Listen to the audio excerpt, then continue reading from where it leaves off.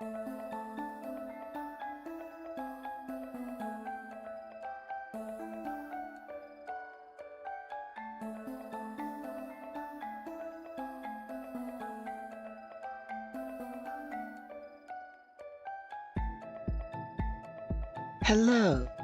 and welcome. It is once more Solo Sunday and/or Miscellaneous Friday, whichever you prefer. We will, of course, get to rolling the dice. I planned on starting slightly early, but that didn't work out. So, let's get to it. Just a few statements, I suppose, before we begin. Those being, for those of you who watch our World Building Wednesday, you'll notice that this is the map. And for those of you who watch Solo Sunday, this is our world map, specifically where we are currently.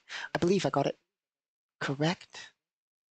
So, for those of you who were watching Solo Sunday, you might recognize this, and how I was mentioning how it was unideal, and how I could make a better version. Well, we did. So, here's our better version of that map. This is the world map, for those of you who are only familiar with Solo Sunday. This is the map of where Juliana Aldous is. Specifically, we'll make it quick, but this is the world map. It's a size 3 world, which means something, I'm sure.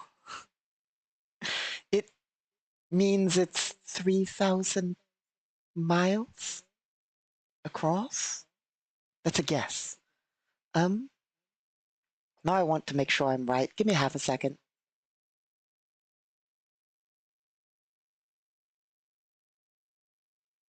So basically, it's just a world size. It's roughly the size of a moon or something. The world we're on, because it's a moon, of course. Here we are.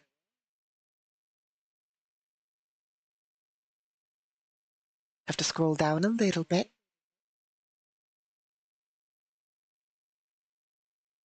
Yes, 3,000 miles or about 4,800 kilometers in diameter. Roughly the size of Mercury also. Anyway, it's a size 3 world. It's technically a moon. It's orbiting another world, a Chthonian world. Anyway, we basically mapped it out on Solo Sunday. This is basically where we are. We've decided that. Let me make sure it's visible. Yes, good. Across here is roughly the border. The faction we're working with is here in the southern area. Let's get a pointer, it's a lot better. This is the faction we're working with. This is the faction we're up against. We haven't really decided yet if this is a separate faction over here, or if this is all one nation. But this is basically where we are. This is about 1,000 kilometers across. So, if we go here, every 1 square is 1,000 kilometers. So, this would be 100 kilometers and where we are. Basically zooming in and in on the world. But that covers that. Let's get to the actual gameplay. We generated missions on Solo Sunday and picked a few. Not Solo Sunday, this is Solo Sunday on World Building Wednesday.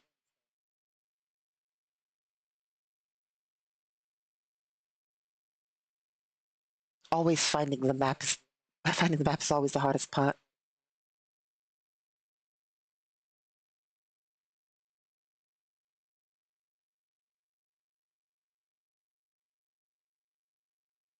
This should be the right one. Nope, wrong one. Here we are. This is the right one. Well, also on Solo Sunday, not Sunday, today's Solo Sunday, on World Building Wednesday, we also added more to the city. Of course, we are underground currently, so there is a lot of just solid rock and solid underground bits. But this is there's also parts that aren't, that we haven't filled out. Eventually, we'll have to completely finish the map. But we added some more to the map with districts and so forth in a sort of easy mapping system to make it easier to work with. Of course, we will still put detail into the parts that are important, but this just lets us fill out a lot of the map with less memory space and quicker map making. Anyway, we got a mission, two, technically three, but we've picked two to do. So that's what we're going to do. We're going to take it slow and try, not the mission, just the session in total. And there will be action, don't worry. But we're going to take the session slow and try and go for long. But we'll see how that goes. Oh, wrong one. Just because that one's a bit small. You will. Still need to arrange those at some point.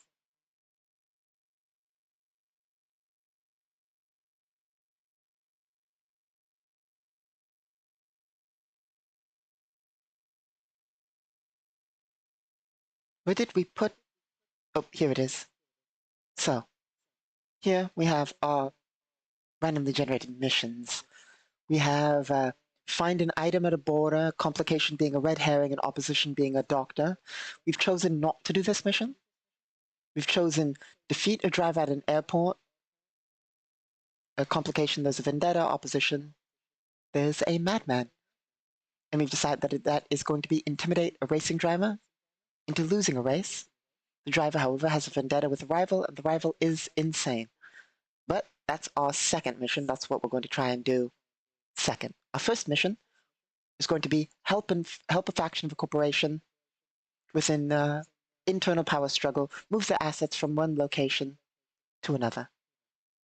And that's what we're going to start with. So, Yulana Aldis basically being given several contracts by her contact will choose that one. So, we'll see how that goes. It has been a few hours. So,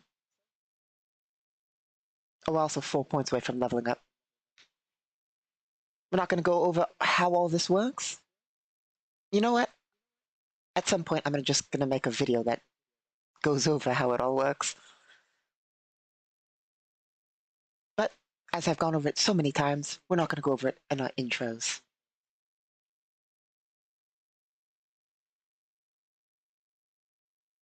Just double checking our equipment. We have everything we should need. So, earlier, like I said, I wanted to start earlier than usual, but didn't. It's because I was working on work, basically. Organization of files. Just adding a few details, not really editing any rules, just adding details. Basically, in our guidebook, there was a section on basically life and living, and basically just prices and so forth. Went in, edited, not really changed anything. Basically, did calculations for daily and monthly costs as opposed to only, well, daily and weekly and monthly costs as opposed to basically just covering every amount. There's still work to do. There's work to do on everything. Did a little bit of work on military structuring too. Need to do quite a bit of work to get that set up. I mean, the game works and it's all set up, but like defining what's in each unit helps for mass combat. Right now, mass combat works. Don't get me wrong, it works perfectly fine. But basically, every time we do mass combat, I have to type out what's in each unit every single time. It's like, okay, so here's a military unit, here's what it's going to have in it, and so forth. This many armored brigades, which has this many units of this type, etc., whenever running mass combat. So, I mean, obviously I do that on my end when preparing, but basically what I've been doing is trying to make generic templates. So I can just be like, okay, it's this kind of unit, the stat block's already prepared, instead of having to prepare the stat block by hand every time. So that's that. Working on that anyway.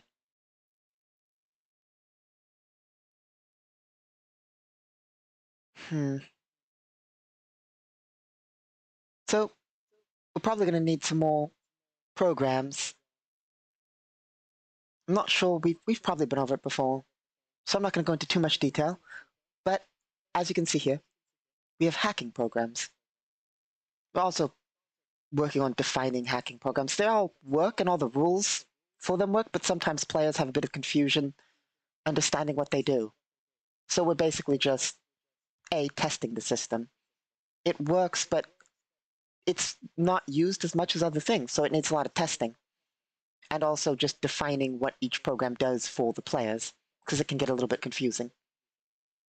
Because players can design programs, and when designing a program, players sometimes are like, okay, what does that mean exactly? Anyway, when I say we need more programs, I don't mean like rules-wise, I mean like here, our character, Juliana Aldous, needs more programs. Because, as you can see here, this little thing called an anti-program program. This one called Program Kill. Unfortunately, it turns out, I mean, this has always been there, but, for those of you who don't know, you can destroy programs. And a very important part in hacking combat is destroying your opponent's program. Turns out, if you only have one program of a given type, if that program gets destroyed, you're going to be in a problem.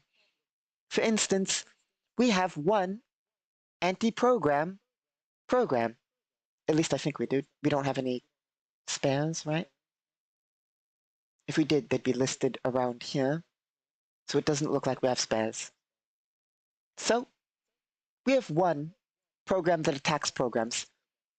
If somebody were to attack our program attacking program and destroyed it, we would no longer be able to attack their programs, and so forth. Of course, not all programs are attacking programs. There's, as you can see here, all sorts of options available. For instance, protection programs, which basically provide damage reduction and or negate attacks against the person, or device, technically speaking. Anyway, so a protection program provides defense. Crazy fact about that, if you use an anti-program against the protection program, you can destroy the protection program, and then that person no longer has damage reduction and or negation against your anti-personnel attack, and so forth. It's this entire system like that. So there's more program types than we have listed. This is just what we have in our hacking profile. But basically, you want a bunch of programs and a lot of different variants and copies of them and backups and all that, so you can engage in this kind of thing. Because you're almost guaranteed in a straight up hacking fight to have your programs wrecked, especially if you're not. So loading a program, like actually loading a program in, takes actions. So having a destroyed program, you have to unload it, and then you have to load a new program in, which takes actions in net time. So there's an entire balance to, if you're wondering, why wouldn't you just attack them? Why would you attack the program that attacks? Because not only are you wasting their turns, they have a less strength attacking you, and if that's the only one, they can't attack you anymore, and so forth. And this entire, like I said, the entire thing to it. So we should probably buy some of those at some point. Not right now, but at some point we probably need some more programs. There's not much we can buy casting-wise for our magical stuff because, well, magic's not common in civilized space. So it's not like we could actually, I mean, there are places we could buy things, but they're expensive, rare. It's just not something you actually usually just get outside of certain areas of space, like the North. So it's not like we can buy anything casting-wise. So we should probably get hacking stuff at some point, more of it anyway. Because as you can see, by the pricing, it's actually exceptionally cheap. Well, things can be more or less depending on the power and tier and so forth. But basically, it's cheap enough that we should buy a bunch of them at some point. Not right now, we've already spent copious amounts of money. We're down to how much? Yeah, 66,000. At one point we had like 80,000 till we went to our shopping spree and got our melee weapon. We do have a melee weapon now, yeah. We got a combat knife and an advanced war pick. And also, you know, ammo, but ammo's relatively cheap, especially if we get the cheapest stuff, but we keep getting the expensive stuff. Anyway. So, our mission is to meet up with some corporation, basically meet up with corporate individuals. Where to, how, where, what, when, where, all that stuff. Who, what, when, where, why, and how. And for that, we're going to use the bot, of course. So these are all the questions we're going to have to answer to begin our mission, or at least some of them. Our vehicle was repaired, so we will likely be taking our vehicle to the destination. Whatever that may be.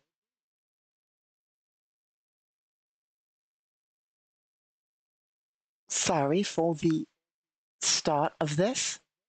I'm doing a bit of thinking, planning, plotting. Not really any, normally, I try and say the things I'm thinking for you all.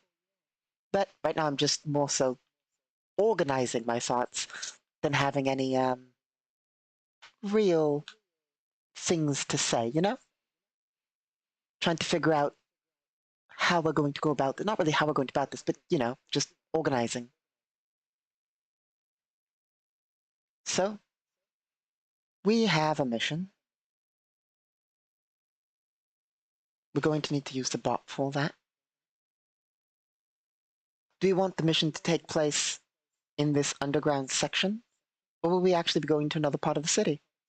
Don't worry, we won't take too long mapping it or anything. We can make, I know, sorry, another tangent. A lot of times here, I'll be like, oh, well, we have to make a map, and then I'll call it. But we can make maps as we go. It just means there'll be bits of downtime where we're making quick encounter maps, you know? So it's not really that big a deal. That's why I said we're taking it slow. But like I said, don't worry, we will have our action, we will have our shootouts, we will have everything.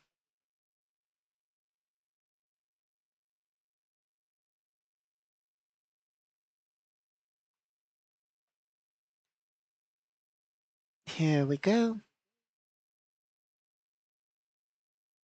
Admittedly, my brain is also still on Imperial business and organizing military structures. The problem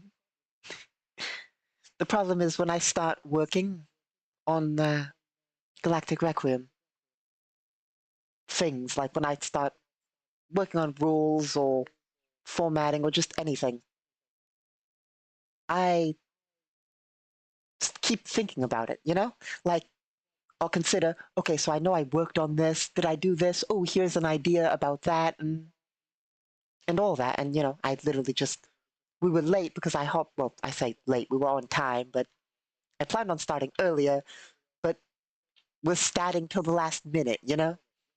So my brain is still on, oh, here's an idea for how to organize this. Oh, I should probably note this down. Still thinking about that kind of thing.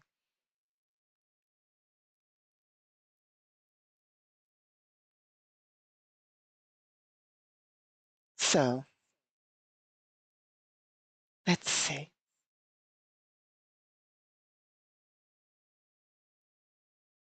I think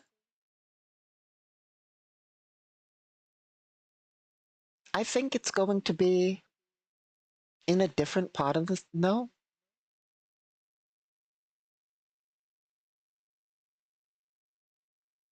No, we'll have it in the same part of the city. It'll give us an excuse. Here we are. To do this, basically.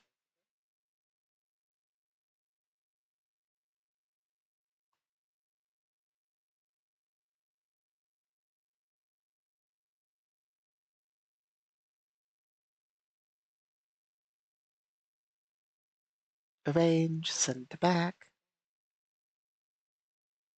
There we go. Sorry, working a little bit on the map so we can have areas that we can work with. But I'm trying to figure out also where, specifically this, is going to take place.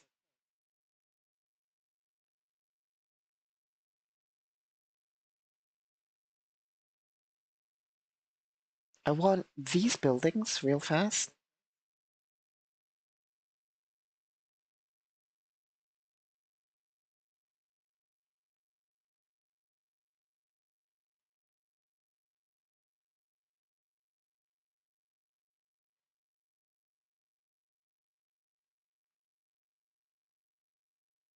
I kind of like that being empty there.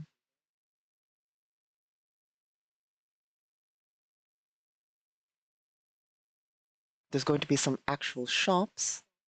Medium, not heavy. If you don't know what these symbols means, don't worry too much about it. I mean, while I'm looking for it, I suppose I could cover it. Light, medium, and heavy industry, commercial, and residential is basically what all those indicate. They're basically for mapping cities easily. We covered it in our World Building Wednesday stream, in which we cover all sorts of aspects of building worlds, hopefully eventually at some point. Those are medium, I'm an idiot. Yeah, well.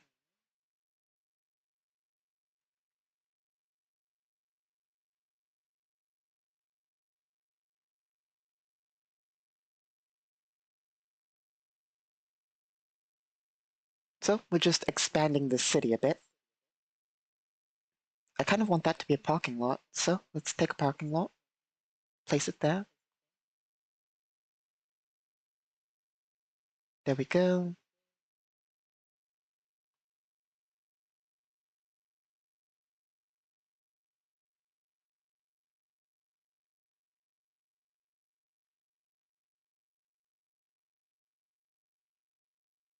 I very much like that.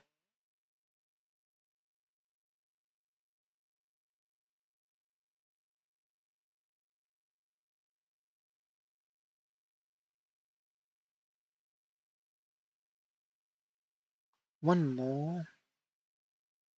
There and there.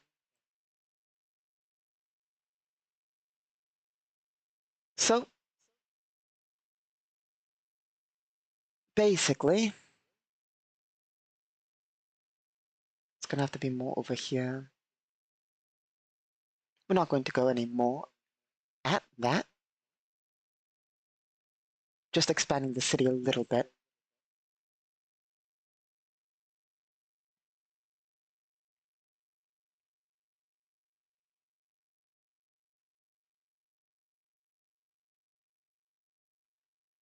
Hmm.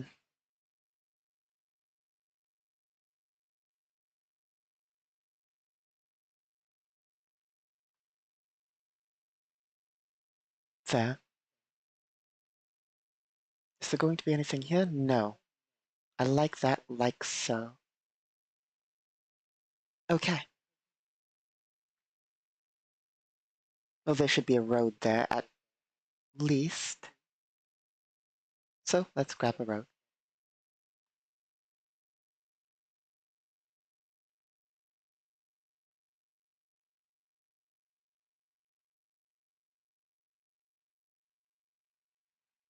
So we will be heading over to this set of blocks. And that's where we're going to have to help the people out.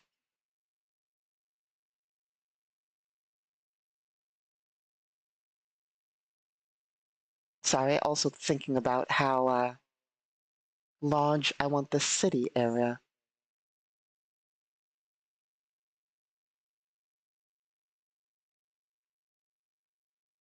Anyway, it's good enough for now. Taking our bike will allow us to move through here at about 440, which is, by the way, well, 450. Doesn't matter. 450 is about 50 miles per hour.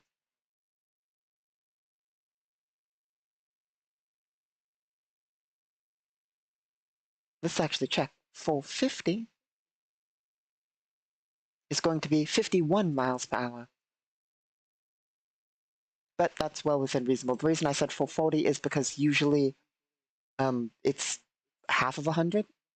We mark both the half and then the full, but it doesn't really matter. We can move faster. We can move all the way up to the maximum speed of our vehicle, which is far in excess of that.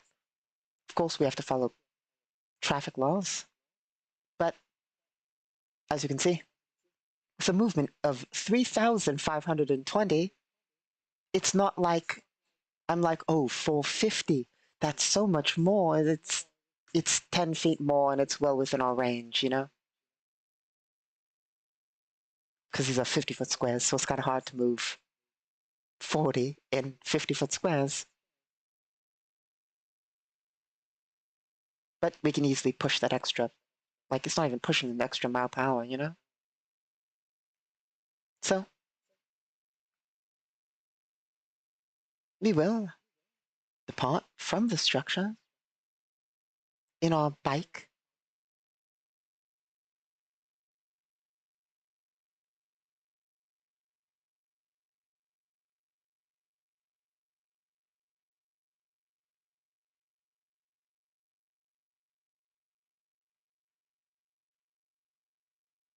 Okay, almost. We're gonna do this the easy way.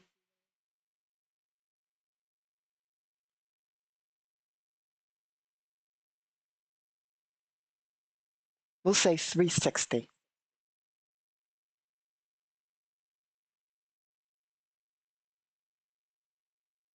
360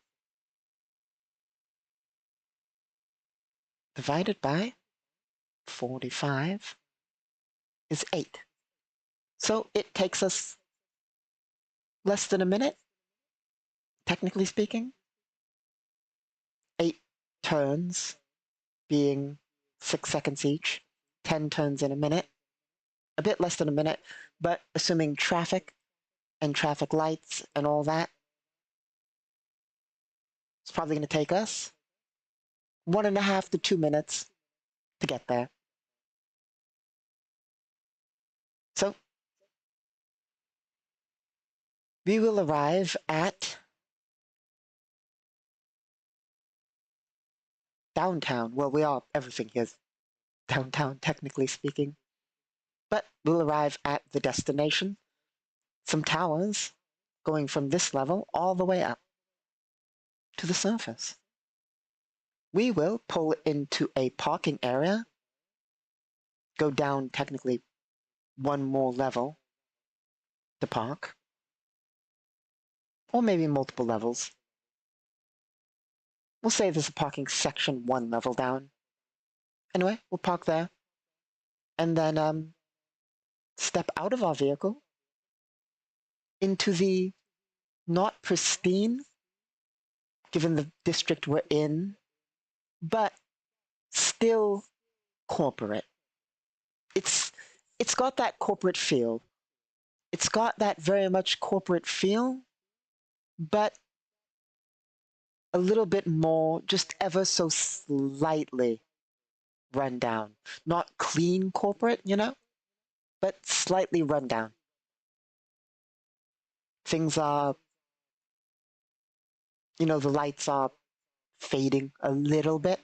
Not flickering, but fading a bit. There are, on the outside of the building, there is, like in the areas you walk in, like in this underground parking area, there is a bit of trash around. Not like one piece, several pieces of trash, a bit of trash around. I suppose in the parking area, a couple of lights are flickering. There might be one light in the entire place that's off, like just completely off. And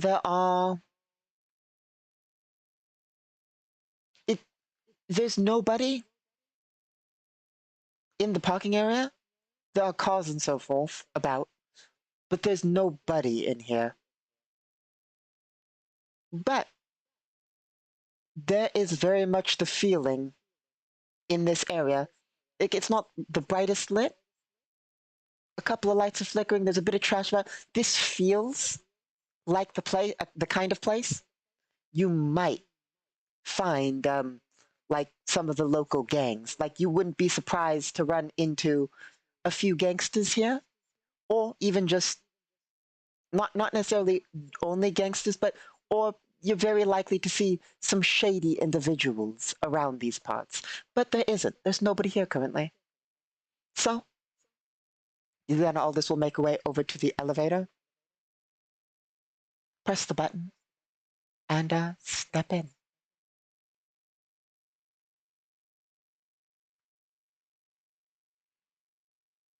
Heading up into the tower, up several stories. I suppose since we're here, let's do something of importance. Something we should do more often. Object, paste.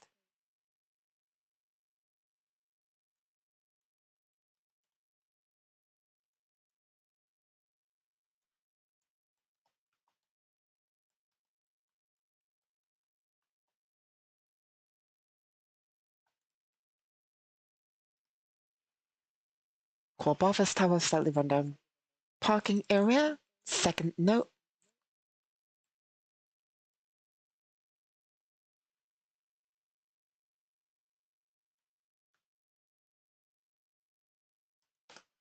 One more second. Just taking notes. Unfortunately, I suppose, due to the thing I mentioned sometimes, the note isn't currently visible to you. But it will be. At least partially. There we go.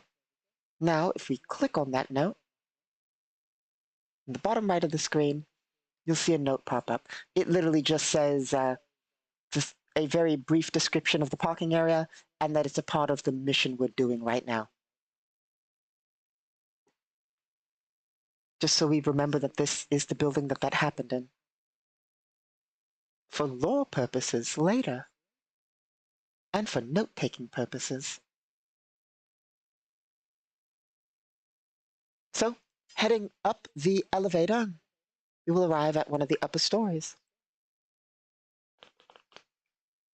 This is heavy. So, as this is heavy, it should have a minimum. It likely goes far up. It's a full-on skyscraper, more than likely. So, we're not going to the top, of course. But we exit the underground quite, well, almost instantly. We're only one story down, so we exit the underground and then head up to sort of mid-tower before the elevator dings, and we step off into a sort of office. Well, yes, it's an office. It's a full-on office, what you would expect of an office. And by that, the area we step out into has grayish walls, standard carpet, cubicles, you know, standard office. There are a few pictures on the walls of important individuals of the organization, that kind of thing. However, of note, due to our mission, the area specifically has a lot of the computers that would be in the cubicles unplugged. There's a lot of wires laying around and boxes. We are here to help them move, after all. Now, time for our first question. Going over to our dice roller. The first question is, this one's going to be 50-50. Is there anything of importance going on as we arrive in this area? First roll is for chaos. 9, no chaos. Second roll is for yes or no. 4 and 7, 11 total. Let's check our bot. That's a yes, by the way. But how much of a yes? It is a partial yes. So there is something of importance going on, but not super important. It's not like the place is already under attack or anything like that. There are workers going about packing up as fast as possible. As we enter and look at the sites, the workers are packing the things, storing things. A couple of them are rushing about. They're trying to get everything prepared for the move. Now let's get one fun detail. Let's get one fun, random detail in here. This will take a minute, as I need to grab the right dice and a D10. Perfect. So, we're going to quickly get some pictures, and then we'll interpret those and just add it to the scene for fun. First roll, a D10 and a D6. These I have to have a second file open for to do. So we roll these generally with physical dice, because it makes it so much easier to go about this.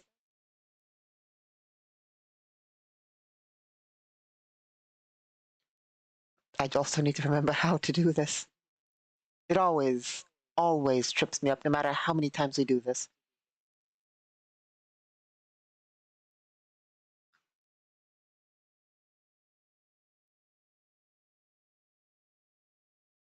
Huh.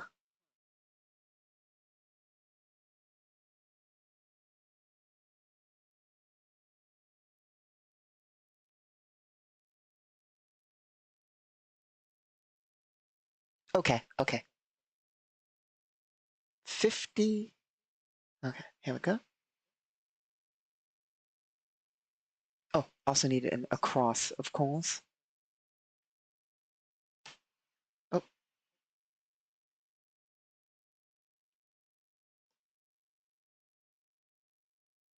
And now we use the D8.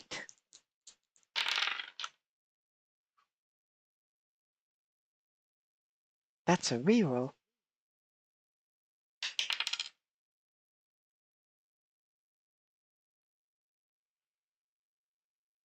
Make sure we did that right.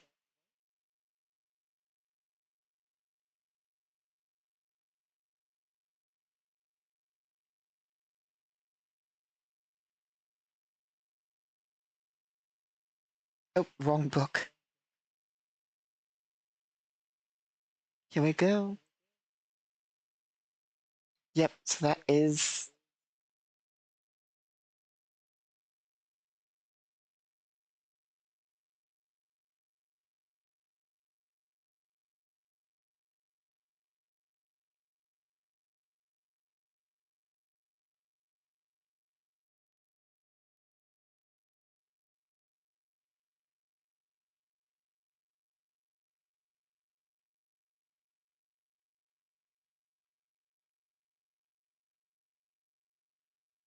By the way, the reason why it confuses me is the way this has to be generated. How do I put it?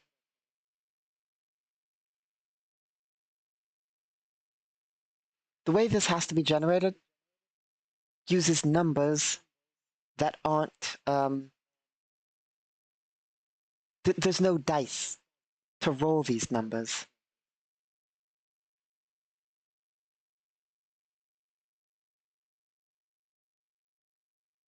If you're wondering, then how did you roll the numbers? When I say there's no dice to roll the numbers, what I mean by that is specifically they are strange numbers. And by strange numbers, I mean, like, first of all, I don't have a dice that goes to, like, 60, of course. So 1 to 60 involves rolling some dice and doing a bit of math, and I always forget exactly how to do the bit of math needed using 2 dice to get the right number. And the other number's not also 60. They're 2 random numbers, so they're not random each time, but like, they're not numbers that I can just... Oop, wrong button, please don't explode. They're not numbers that are, that you can roll with normal dice. Because now if you're thinking, why don't you just times by 3 on a d20? Because then your minimum's 3. And if your minimum's 3, you can't roll 1. So how would you roll 1 to 60? I mean, I'm probably doing it, there's probably an easier way. I'm probably doing this in the most obtuse way possible. But the way I do this works technically. I just always forget how exactly to use it. Yeah, it's 2 different sets of dice. The reason there's a reroll, if you're wondering, like, I'm not going, I don't like that result, I'm going to re-roll it. It's, the other one has to be rolled on a d8 because there's no d7, you know? And it's not like I can split a d14 because there's no d14. And so I have to roll a d8. And if it rolls an 8, it's a reroll. And if it rolls, it's just if it rolls an 8, it's a reroll because it goes to 7. So an 8 on a d8 is far past what is on the chart. It's not really all that important. Point is, that's why when I say reroll, it's basically because I've rolled a number that's not possible.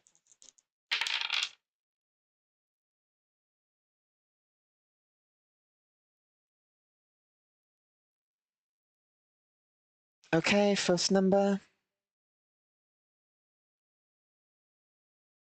Second number. Don't worry, you'll see the result as soon as it's generated.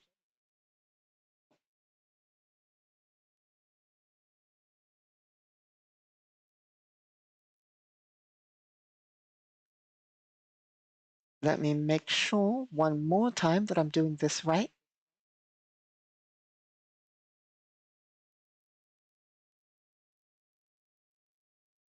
Oh, there was the... That would have been good and fun to do. So there's actually two options. I forgot to read the second half. I'm used to re-rolling the 8. The option that was added, it's literally in brackets, or add a detail check on 8.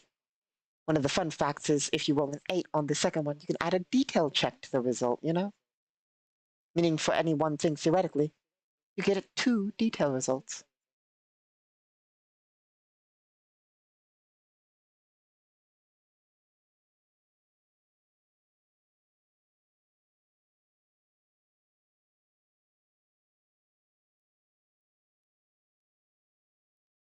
Here we go.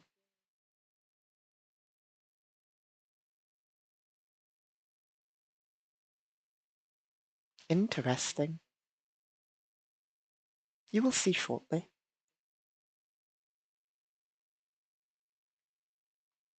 There's just no way for me to display this without doing a little bit of work, which is what we're doing. Here we go. Copy. Very good. Switch over to here.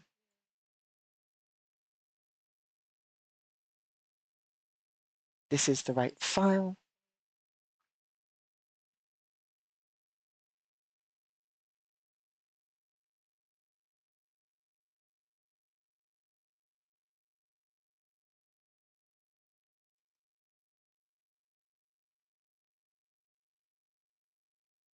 Please stop exploding. Thank you. Please work.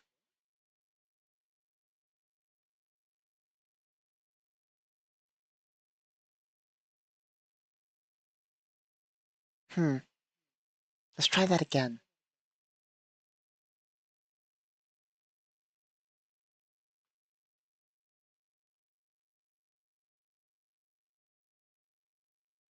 What?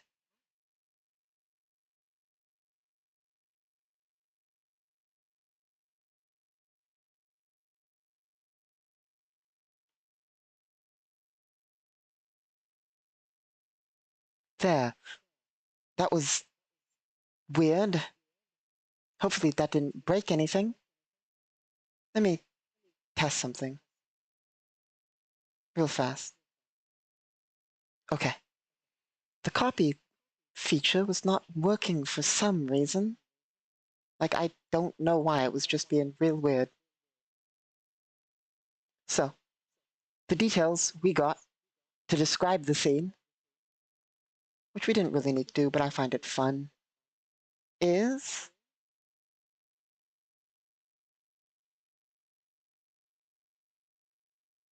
these 2 pictures, by the way. I suppose we should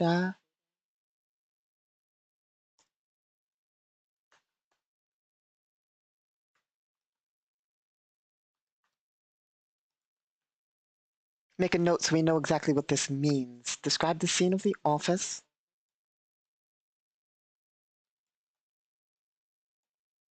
Of the court mission. That's all we need for now, because I'll remember, and hopefully I'll remember, and add it to notes. So our pictures are an anti-tank grenade and a timer. So we have to interpret that.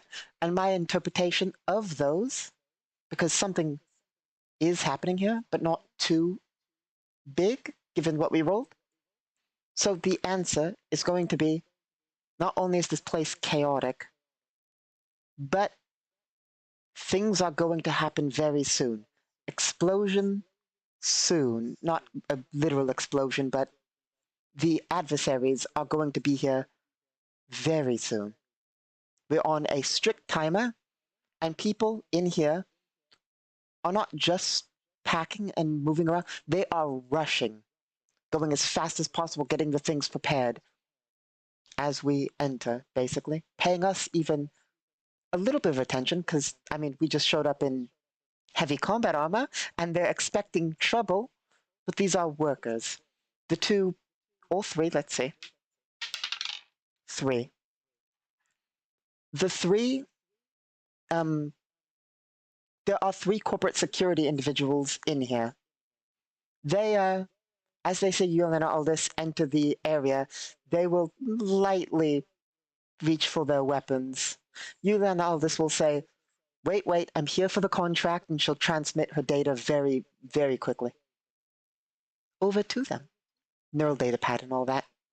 Like, it's literally instantaneous. So, she'll transfer the data that she's here for the job. They'll calm down slightly and motion towards one of the doors in the offside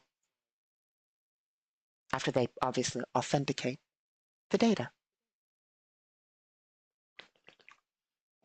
Yulan Aldous will then make her way to a backside door and enter. I'm questioning, is it worth making a map? Not really. Sort of. A little bit, maybe.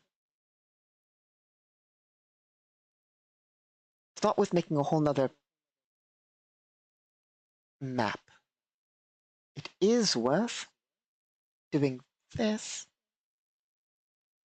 And we can always move this later.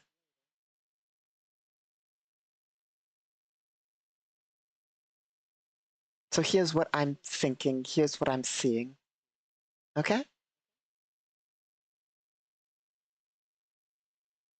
This is going to be fast and quick. There. Grab this.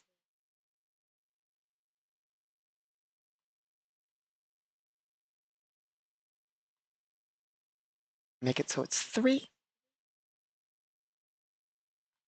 It should go further this way. But not by much. This is the picture I have of this place.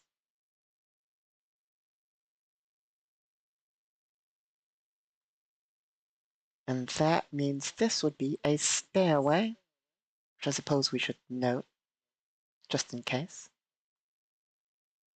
So there's a stairway there.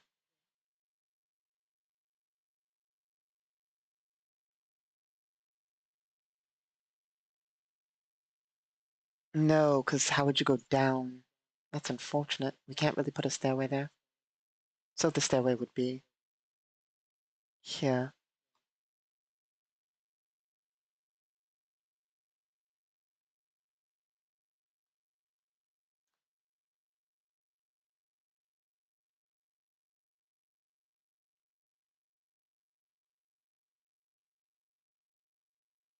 Bam.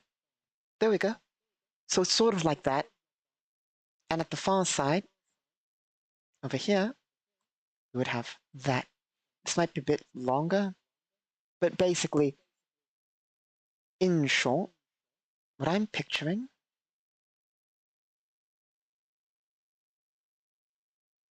is Yulana Aldous basically right here. Ignore the background stuff.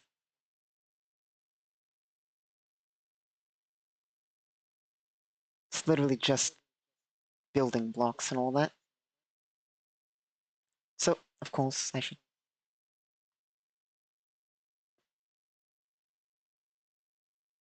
There we go.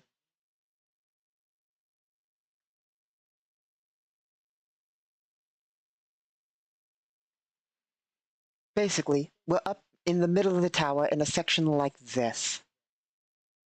There should also be a walkway there, but there is a door to that walkway. There's a walkway here, give or take. And there is another area heading across there, basically. And likely there. Actually, that's not entirely accurate. You need another one of those. That's there.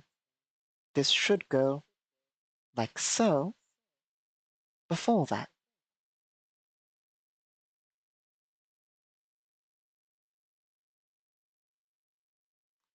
Nope.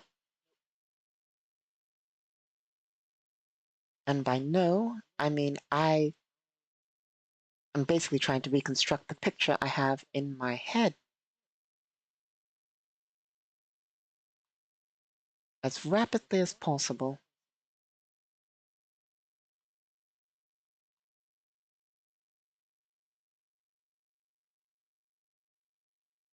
It's something like that because there should be 2 rooms there. There's going to be more stuff over here, but it's something like this, which leaves a lot of space for. Let's see whether we actually have any of these to get down easily.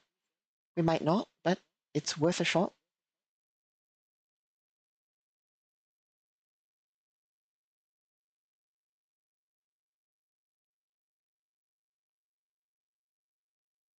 Another second.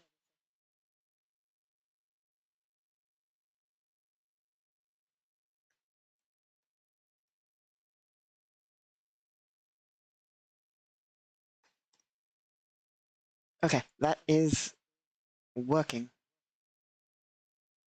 Hopefully it doesn't crash. There's a small chance that it will. It didn't. Good.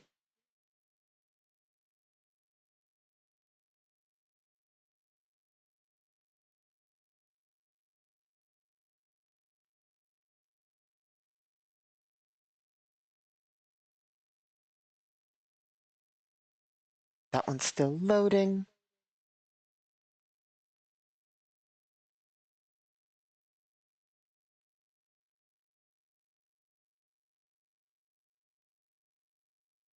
And that will have to do as a representation, I suppose, until something better comes along.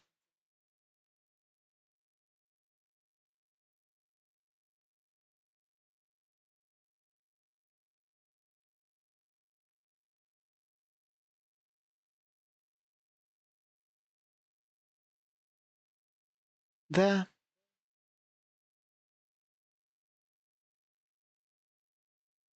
That's not ideal. That's more accurate to the color they should be, but being able to see on a map is important.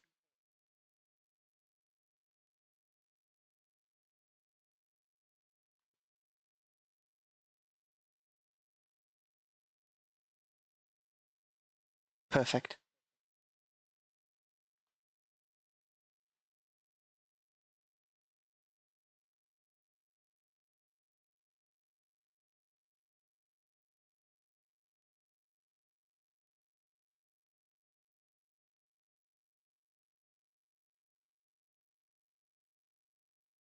Two. Let's see whether we can get this to work. Two. We scaled it good enough, actually. I was actually a little bit worried. Object. Copy. Paste.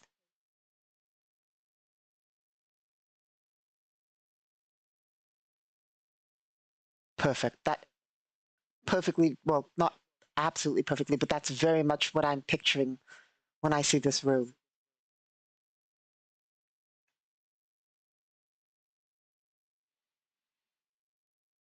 Okay. And of course, I suppose we can be even fancier.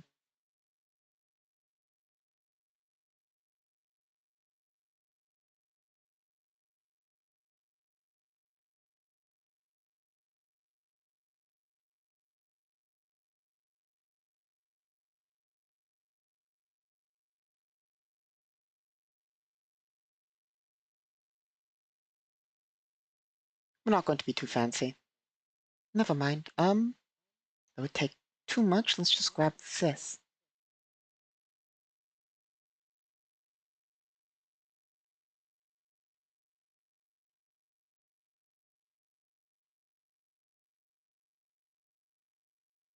Bam.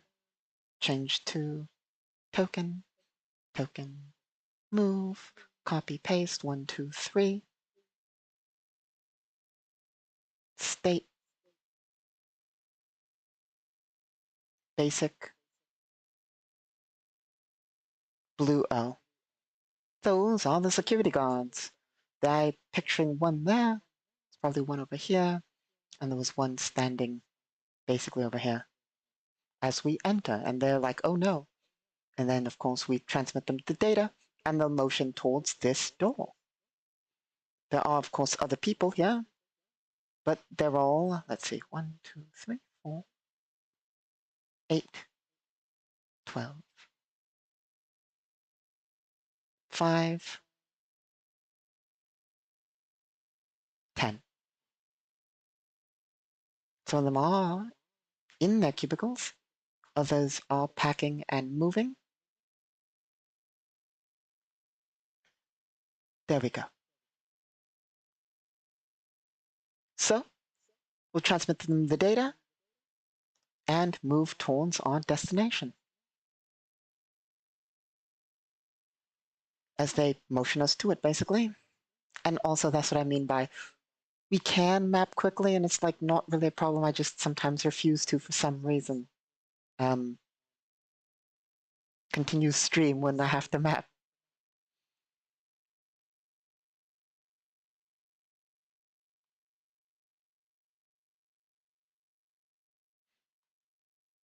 Because I feel like it takes too long to do, basically. But it really doesn't. I mean, look, we just made a map, but sometimes I just feel like, oh, it'll take too long to make a map. But, like, as you can see, it's this relatively accurately depicts the picture I have in my mind, has a full-on setup, shows what needs to be shown, and is done in a few minutes, you know? Of course, we have other options we could do. We could put debris, we could, like, this is, honestly, by my standards of making maps, this is minimum. This here, by my standards of map making, is minimum. Admittedly, when I'm running a game and players rush in and be like, hey, I'm gonna go to this area you didn't work on at all whatsoever. That's not part of the campaign or anything. I will, on occasion, I admit, go into here and go like, the joke between me and my players is this token could be anything. Literally anything.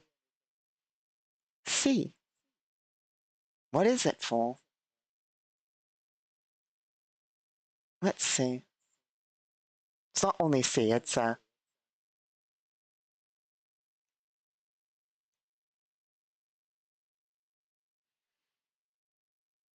we have A through Z, of course.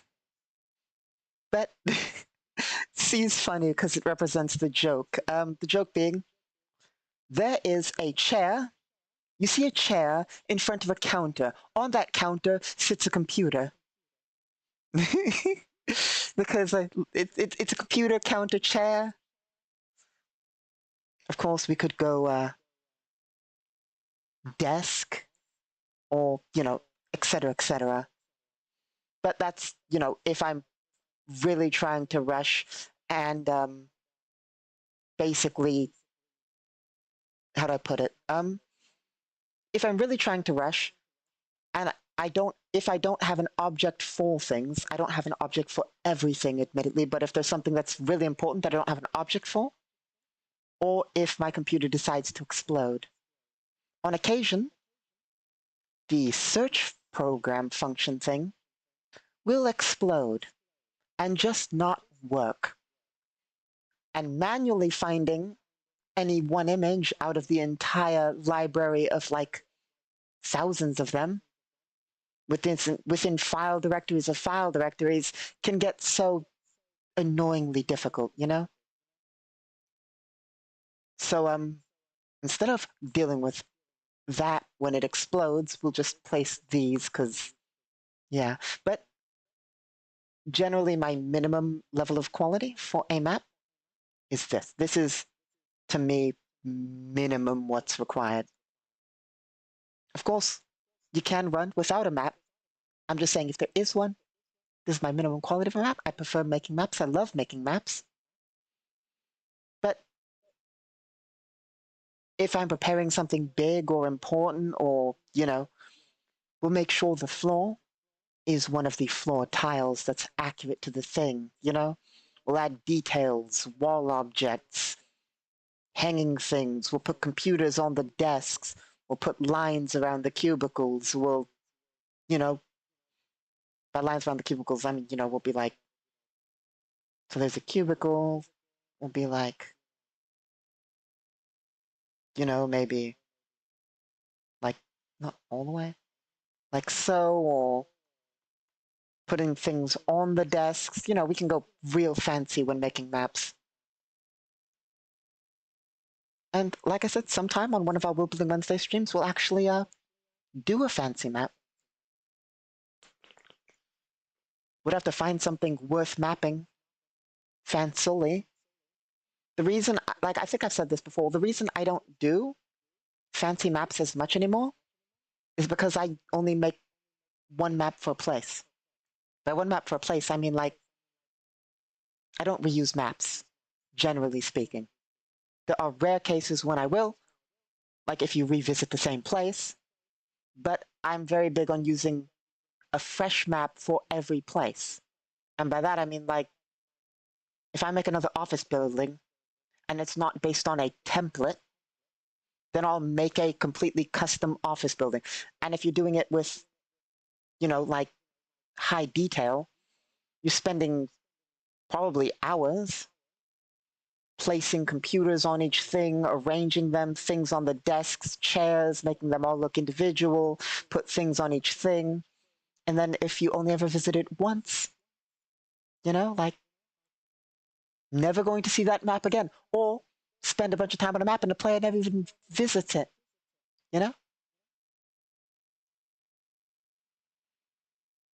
Anyway, but that's why we do these minimum quality ones. Also, they're a lot faster for this kind of play, as opposed to spending, forever making a map. We can do this and get it done here, as to not have you watch me wait for file things to load and place things and all that. Anyway, Yelena Aldis will enter the office,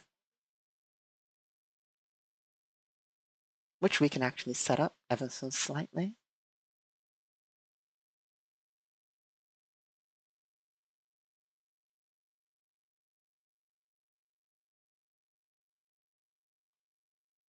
Nope, nope, please stop. No.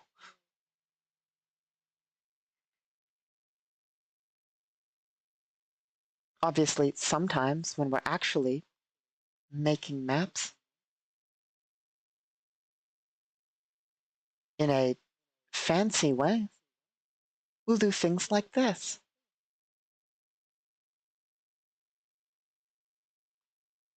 Like tilt things slightly. In this case, it's not tilted, but like, actually snap off grid, overlay things on top of each other, which is annoying because you have to deal with layers and just stuff like that. But we'll enter the back, talk with the boss.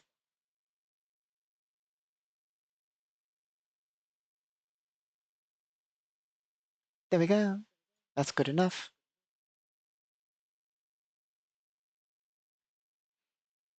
So, entering the back, we will look at the boss in his little office. On the walls are a bunch of pictures. Most of them appear to be in, most of the things of the office appear to be in a box. He does have a computer on the table. And lastly, there are a bunch of motivational posters, some of them at least, on the wall. Pictures of the office building and other corporate sites and a few motivational posters, hang in there, cat, and so forth. Let's see. Oh, by the way, I suppose this is one more slight tangent. If you didn't know, if you're wondering, why have a computer? Like, if you're wondering that, because well, first off, if you're wondering why there's an office in an advanced space society with literally virtual reality where you can upload your brain or put on a device and do it all digitally in some sort of meeting place, why are they in an office? Well, actually, very simple reason, because the corporations want to crush people's souls. Not really, because it's a bit more secure. Basically, if you are doing it digitally, AIs, hackers, etc., can get in. If you're doing it in an office, you usually likely have a server connecting it. And if you have a server connecting it, it is a lot safer due to the way hacking works. Somebody would have to get into your hack thing, and you can have a bunch of defenses on a full-on encoded server, which is harder to do with if people are individually in separate locations. So an office like this specifically still exists in the future. Some offices, of course, are work from home, but this one is like this because basically it's more secure for corporate files and so forth. It also, societarily, is not to crush souls, but societarily it's kind of what they expect in this kind of a place. There was an entire thing, lore-wise, about anti-automation. Well, so automation exists. You could theoretically get robots to do all this. Robots are hackable, yes. Technically, people are hackable too, but that's not important. I mean, when I say hackable, I mean multiple ways. Basically, it's kind of like a societal. It's part of society. They do it because A, part of society, B, secure, C, it's part of the entire anti-automation thing. Corporations and the Galactic Bank kind of keep people working for reasons. Well, because societal structures and the like. The rich like remaining rich. And to do so, well, they have to not provide for the people. Well, they can provide for the people. There's entire things. Anyway, there's long and shorts to it, but it's very much societally expected. As for computers, A, being connected to an actual network is more secure. B, they are significantly cheaper.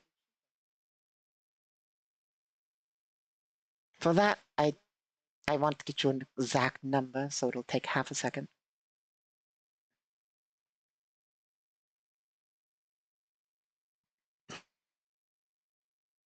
Here we are.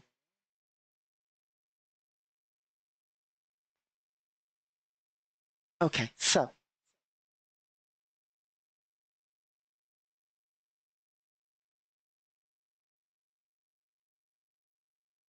what? No, that's correct. Okay, good. So basically, due to the complexities of manufacture, a neural data pad costs about, where is it? So I can actually find the price. $2,000. $2,000 for making a neural data pad. Not even including the dangers of having a neural data pad makes you hackable if you're on the net, etc., etc. Even more though so than just corporate hacking. Like you can personally get hacked if you have a neural data pad unless you go offline. But theoretically, even then you can be hacked. But that's entire bits of the hacking rules and so forth. It's relatively safe. It's not like having a neural data pad is going to mean your brain's going to get hacked. You're more than likely going to be fine. Anyway, a desktop computer is about. Sorry, no, I got that wrong.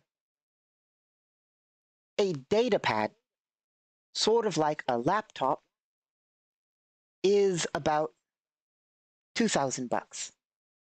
A computer, physical big old desktop computer, is 1,500 bucks. A neural datapad, type in your brain, 5,000 bucks. I was reading datapad and assuming neural because neural datapads are common. Neural datapads are 5,000, datapads are 2,000, computers are about 1,500. You can even get them for 1,000 or even as low as 500. So, differences in prices. And then, of course, if you want +1, +2, all the way up to +5 variants, the prices increase drastically. So it's like 5 million for a top-of-the-line datapad. It's only 3 million for an absolute top-of-the-line desktop computer. Top of the line, we're talking like supercomputer. We're talking like actual supercomputers. So, like, pricing, if you're buying multiple high-end computers, it's far cheaper to go with a desktop than a normal. And don't even get me started on neural datapads. It's like 10 million credits for a high-tier neural datapad. So, cost-wise, if you have a bunch of people and you want relative security, desktop computers are the cheaper option to go than getting everybody neural datapads or linking them, which provides security risks. Because more than likely, let's be honest, while I said you're safe from hacking if you're online, if you're offline, your employees are going to connect their neural datapads to the net at some point. It's not like they're going to live their lives unconnected because, so it's just unneeded risk to have them personally do it. Anyway, that's why there are desktop computers, and societal reasons are why there are still office complexes and cubicles. Anyway, 1 second.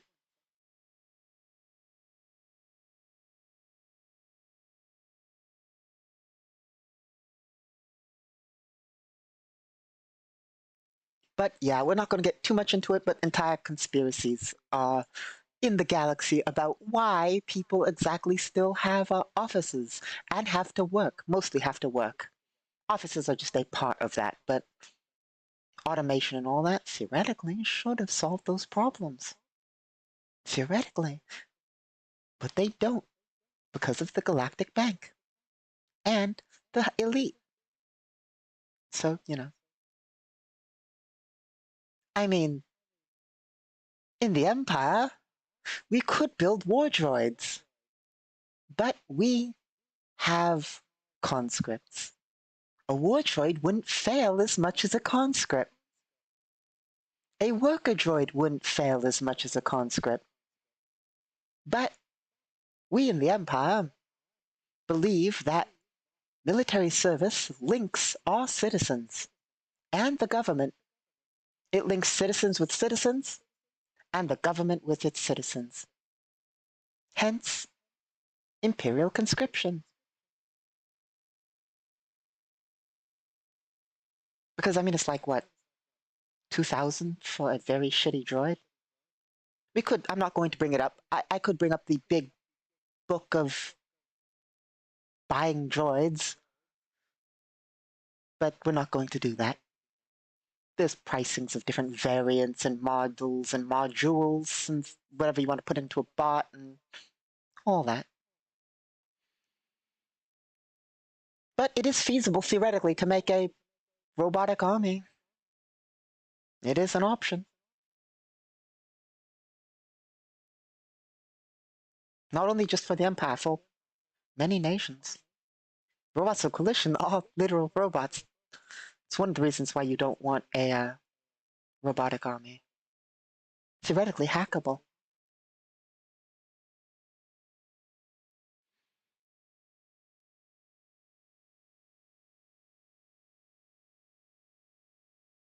And if you're wondering, why don't you just make them offline droids?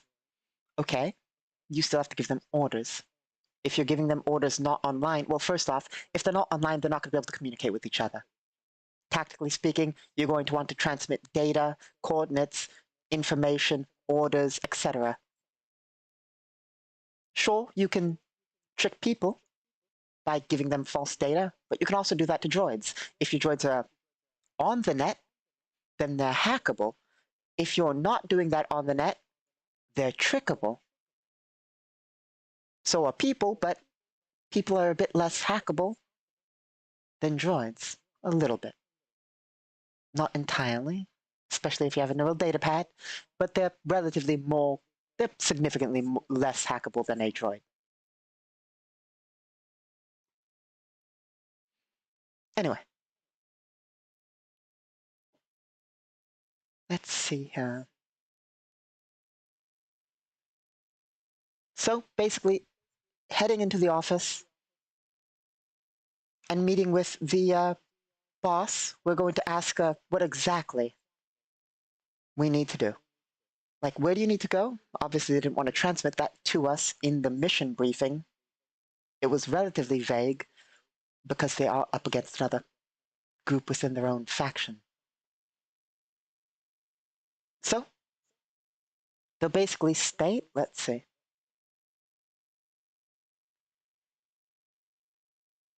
They'll basically state that they need to pack up all the sensitive data. A lot of it is being packed up below. The people up here will be fine for the most part. We have two jobs. Well, two parts to the job.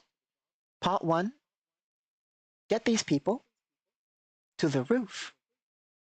Secure the roof until they can be extracted.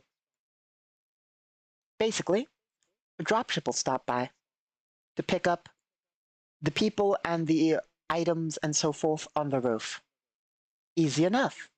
Problem being, it's within their own organization that the problem's going on. So they are pretty sure that that's going to be a problem. Problem B. Part B to the mission. Downstairs, they're loading things into trucks. All the big things into a couple of trucks. 2 to be specific. We're going to have to go down there and get the trucks out. The trucks will need to basically... Where is it? Oh, luckily we didn't make a different map. The trucks will need to head over to here to get out. Once here, they'll be loaded onto trains or brought above and exit safely. They can't use this because that, well, it's sort of a bluff.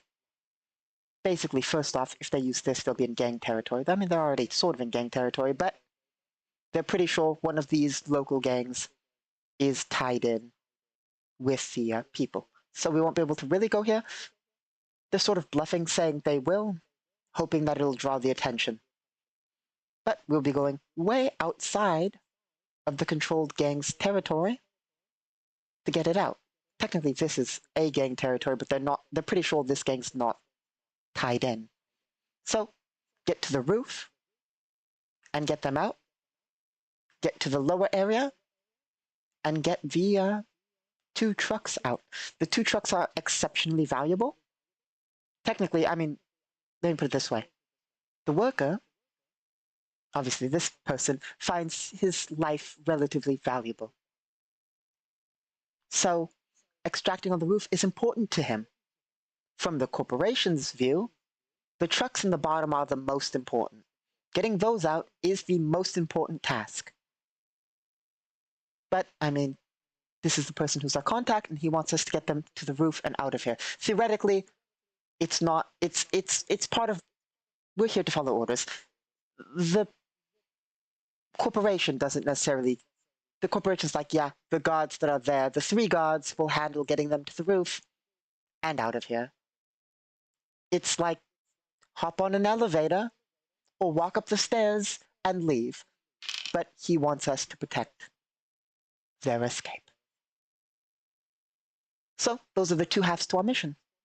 We'll see how it goes.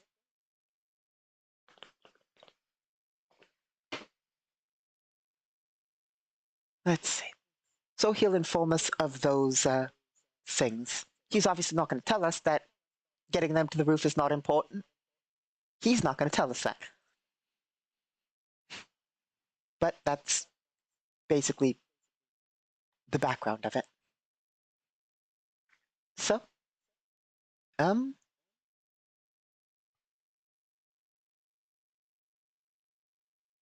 you and Aldous will nod and basically say, so are you all ready to move? And the boss will say, no, not at all.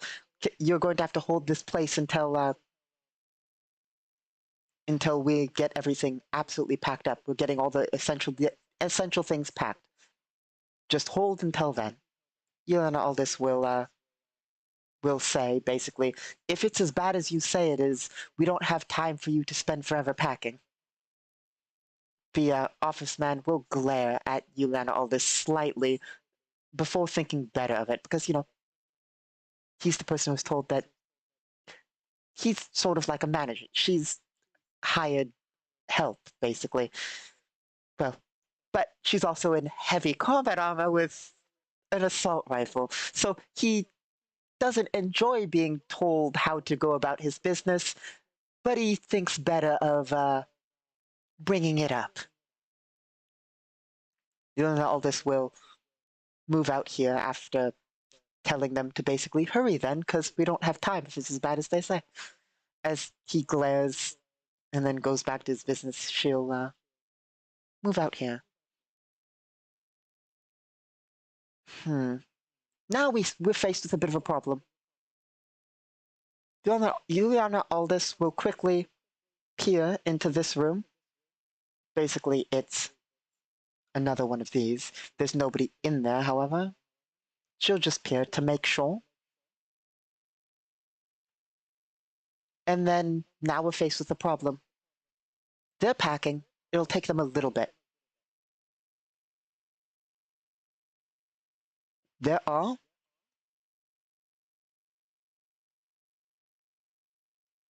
7 ways in and out. We will be taking either that or that to get these people out of here. Likely the elevator. But that also means, at least if there's enemies coming, we don't know which one of the 7 they'll take. They could be coming from above, below, or any of the doors. Being a professional, you then all this will go over to the security guards and basically, let's see.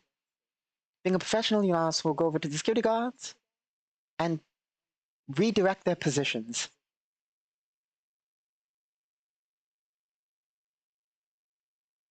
But to where? This is not meant for defense. This building's not designed for defense. And we have 3 security guards. And Yulana Aldous herself. She'll tell this guard to head over here and basically watch this door.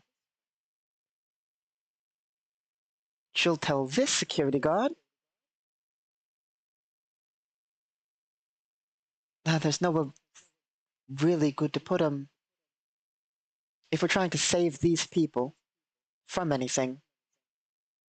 Now, putting him here does not provide a good field of fire. It does provide a good field of fire up here, though. So she'll order him into that doorway, thus giving him a bit of cover and theoretically a bit of line of sight there. He doesn't really have line of sight at here too much because of the cubicles, but it's better than nothing. This man is exposed to there, but, I mean, if they come from here, you can sidestep to there. If they come from here, we're not in a good way. I suppose you could hide behind cubicles, but they're not bulletproof in any way, shape, or form, you know? And you learn all this will head over to redirect this guy. However, he will mention that he's been ordered to guard the boss. Yeah.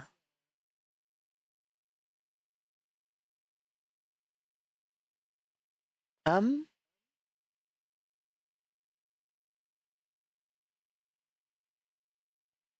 he'll mention that he's been ordered to guard the boss. You and Aldous will think fast and not try and dissuade him to that, but she'll mention that maybe standing in there is better.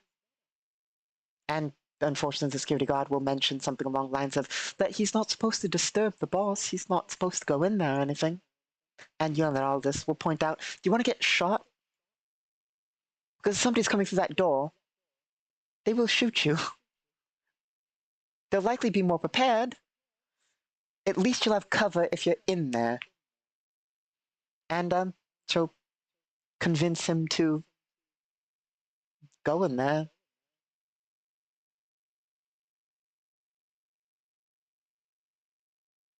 He will get looked at as he enters the doorway. From behind, you and Aldous will wave in at that.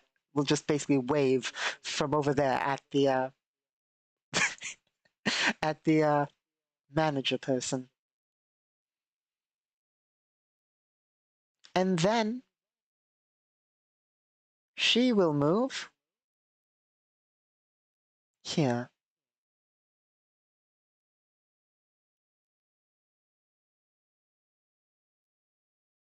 No, here. Perfect. Now, like I said, those aren't bulletproof in any way, shape, or form.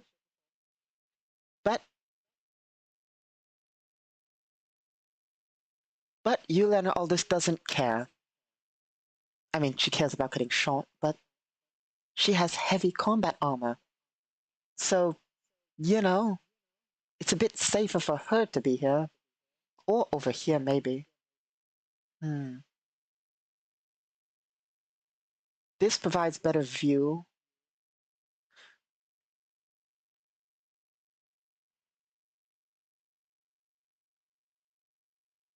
No, tactically it's better to be here.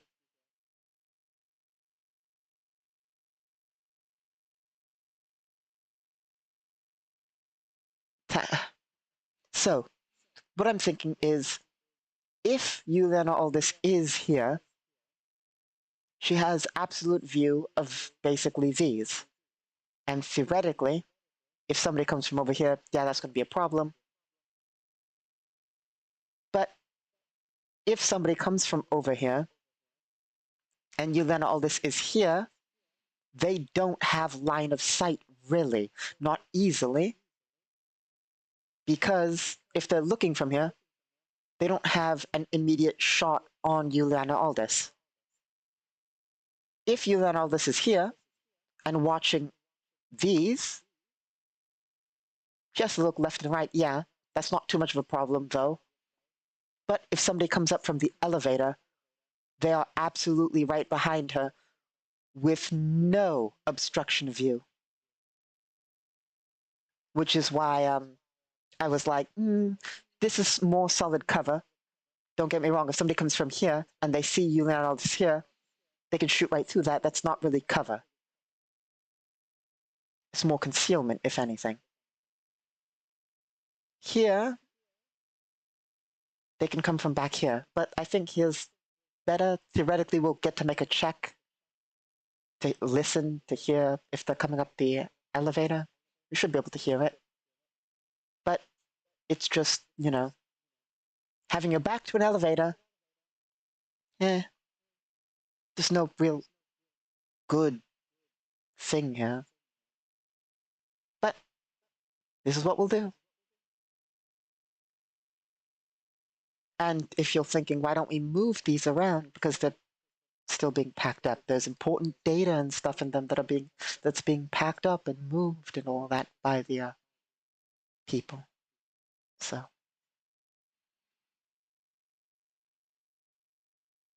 anyway. So you and all this will take cover here, having eyes on basically everything, and waiting.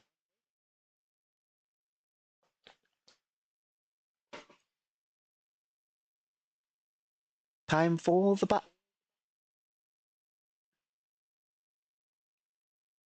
Question.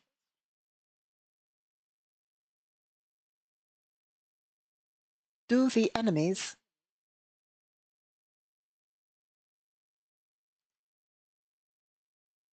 no. Does an event happen here while we're waiting for them to finish packing up? We'll add a +2 modifier. First we roll chaos. No chaos. Does an event happen while we're waiting? +2 mod. 14. Yes, an event happens.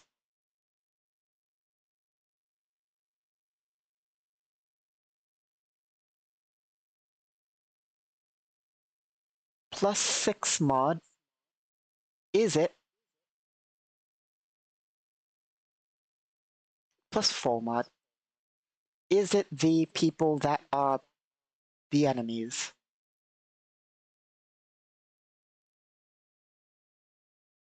S 8. No, but.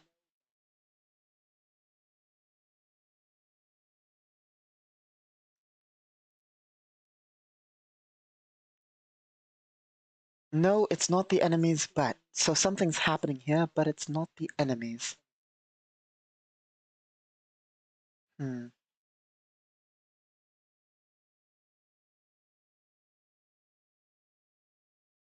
What could it be? Let's roll quickly. We're not going to go for pictures because those take a while. We're just going to go for descriptive words. Here we are. That die and that die. Hopelessly.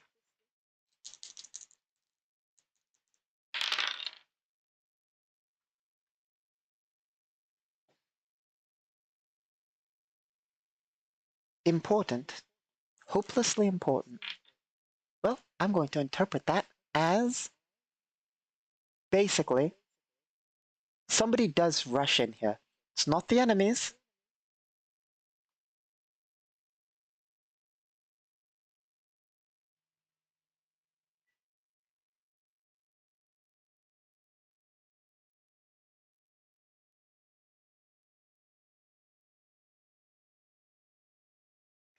Looking for the right thing.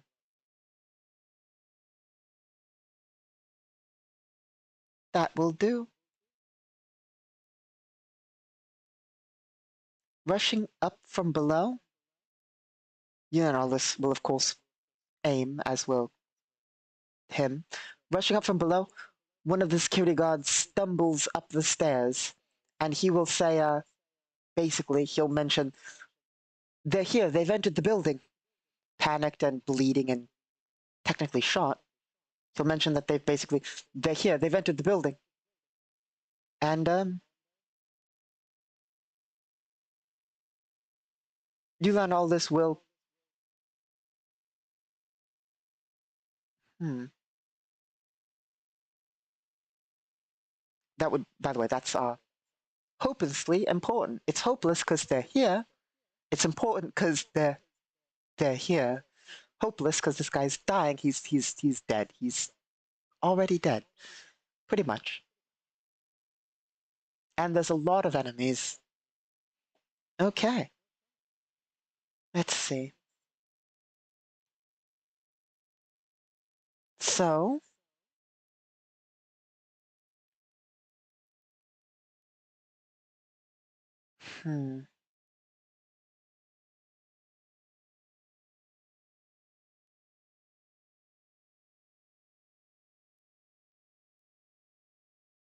So basically,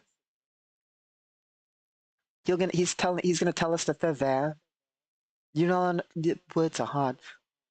Juliana Aldous will ask, will basically quickly ask slash state. They're coming from below? Um,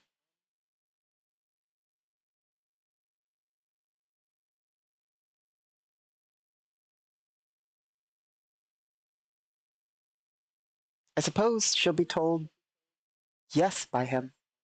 They are coming from below.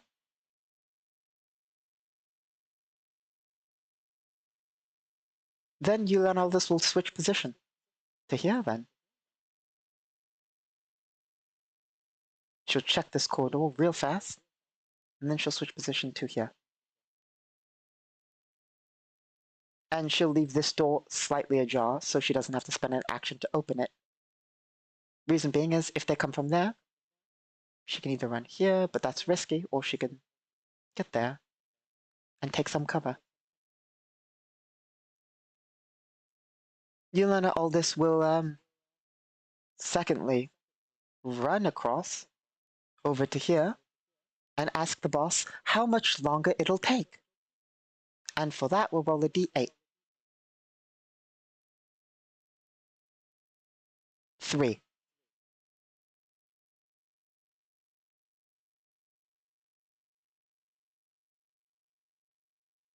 Okay. The AI says that 3 means have to find the chart.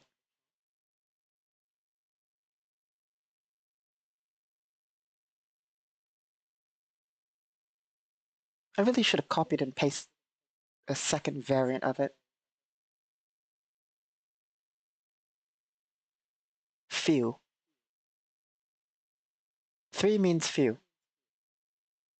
Less than half.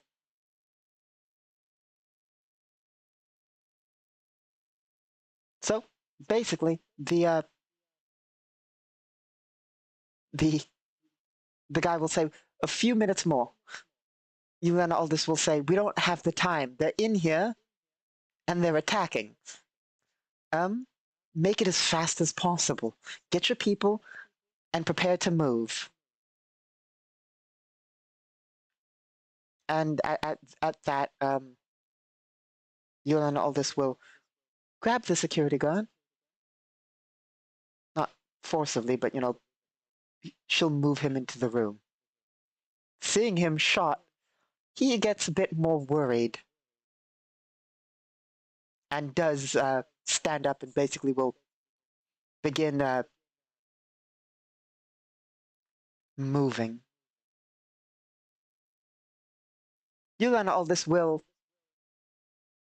basically say real fast, why does it take so long to pack up desk instruments and computers? Just put them in the boxes. And the manager will say, he'll stutter a couple of times and then say, it's not just packing the computers. We're trying to secure the data onto the hard drives. It's the reason why it takes time to load the lower trucks. We have to secure the data into the archives before. Yulana Aldous will sigh.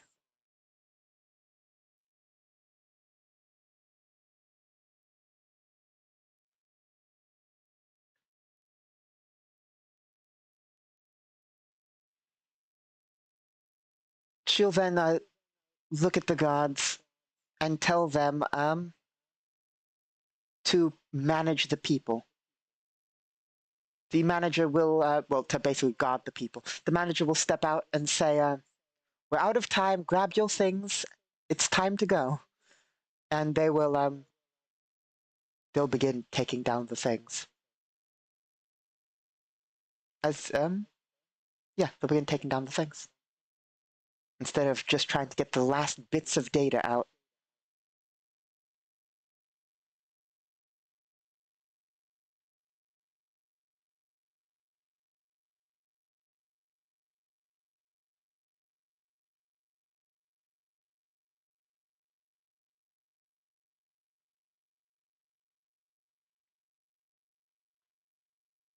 as they begin rushing towards the area.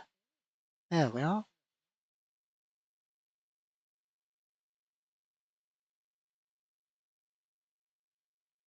He has decided to stand in the middle, like a leader.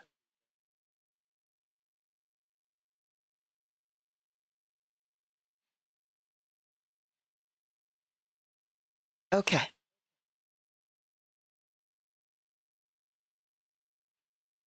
Yulana Aldous will look at the boss and she will ask him, what are the chances they sabotage the, if you know at all, what are the chances they sabotage the lift? He will state that he doesn't know.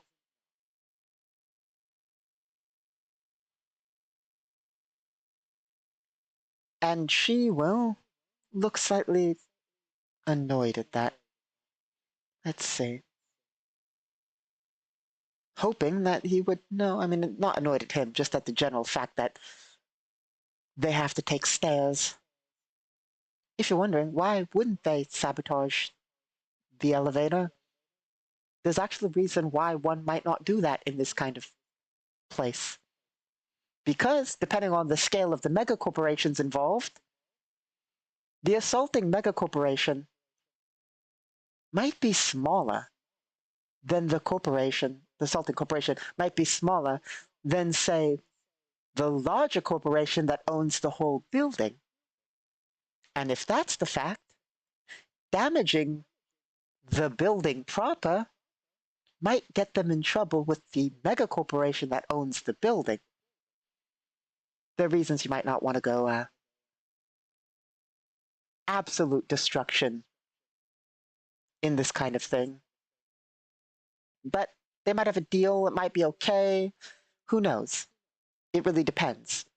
And unfortunately, this person doesn't know the situation of that, so we don't know whether that's an option for them. So we're going to have to assume it is, and thus elevators.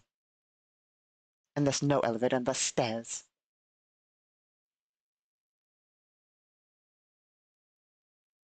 You and all this will say, basically two gods up front, leading up the stairs, and she will guard the rear with one guard. And there's a reason for that, by the way. It's not because she's afraid of combat. It's because we know that they're coming from below. If they are coming from below, that means they'll be coming from the rear of the formation. If they're above, then all this will, of course, shove through to get to the front. But if they're coming from below, that means they'll be approaching from the rear. Hence, yeah.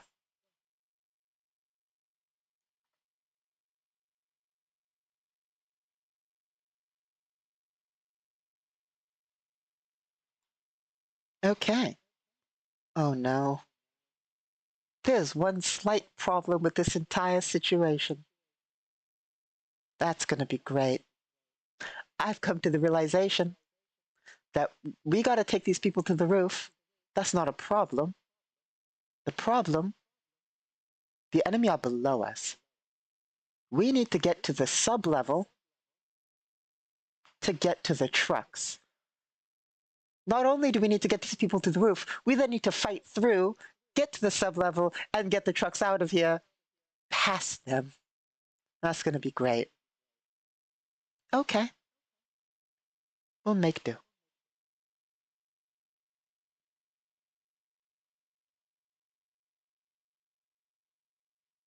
So, having arranged, Yulana Aldous will mention basically they guard the front all the way up the stairs. If something's up there, she'll tell everybody. If something is up there, if the guards shout, get to the sides, up against the sides, so Yulana Aldous can rush through the middle, up to deal with whatever's above. You know, because heavy combat armor. These people in their literal, like, I suppose bullet-resistant vests, but, it's not really combat armor of any degree, so, you know.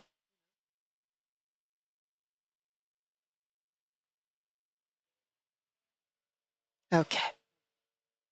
So they'll begin ascending the stairs. I suppose we should ask, now that we are actually doing that, are there enemies above us? We'll add a -2. First we roll chaos. 9, no chaos.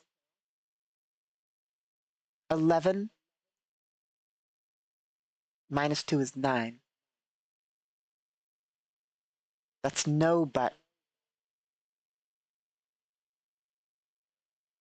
No, there aren't currently enemies ahead of us. But the enemies have predicted our options and are on the roof. So there are enemies on the roof, but they're not in the stairway. Okay, we'll deal with that as it comes.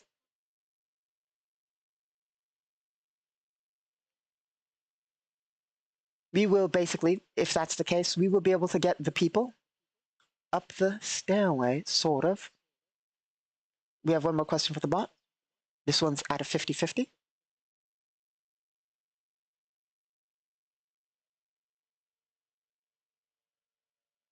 No, the enemy have an option. We're going to give them a +2 on this one, actually, because of the situation.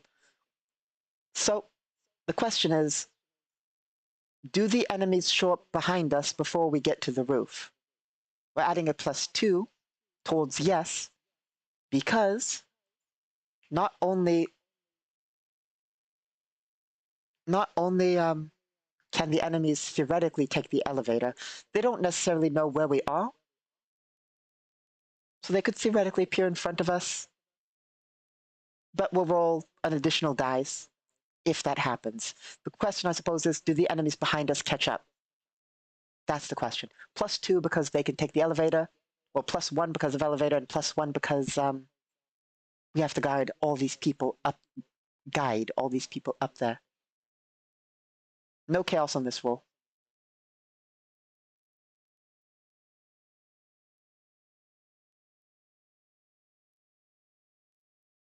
+13 +2 is 15. Yes. Okay, for that, now we'll roll a d6. 4, 1 to 4, they're behind us. 5 or 6, they're in front of us.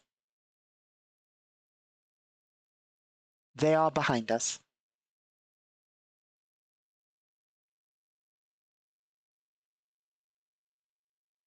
Okay, this is going to take a little bit of work. This is what we're going to do.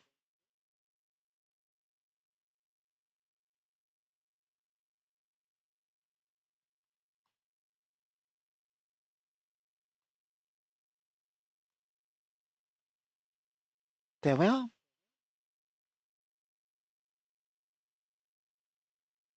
There's a reason for this, by the way.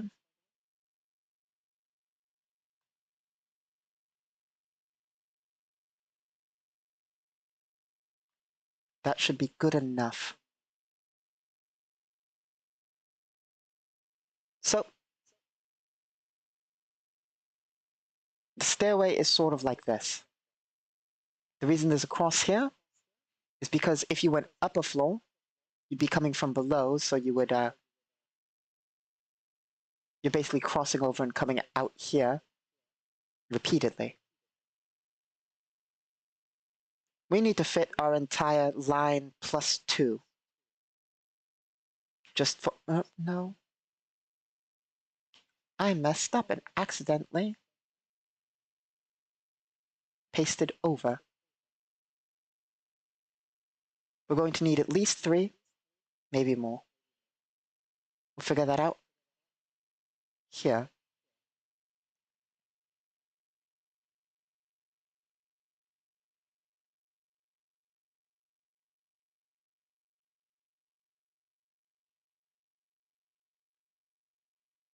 No, they're there. Oh.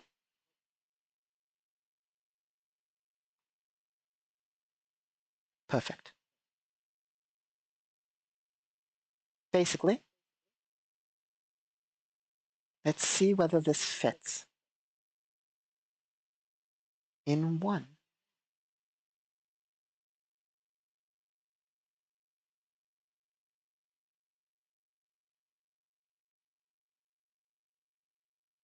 It does. Good, then we can just track them as always being in one stairway. Suppose we'll do this.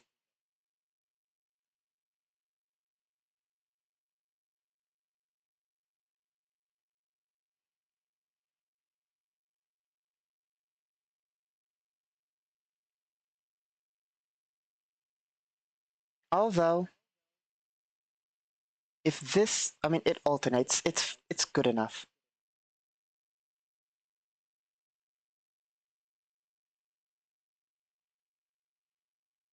I believe. I might have set up the stairs wrong this time.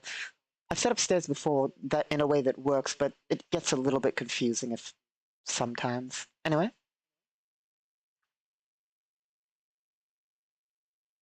Suppose we should... Well, it's confusing me a bit. We'll place them one floor below if that's where they are. Okay. Yeah, unfortunately I'm going to be doing this likely wrong, but it works. Good enough to calculate damage and all that. And distance. It'll work good enough for that. Here we are.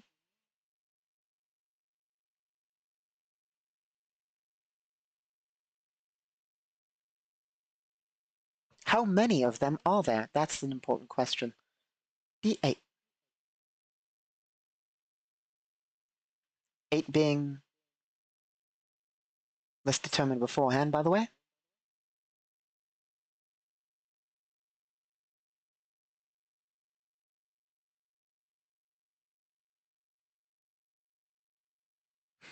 Here we are. 8 being a squad. 1 being 2.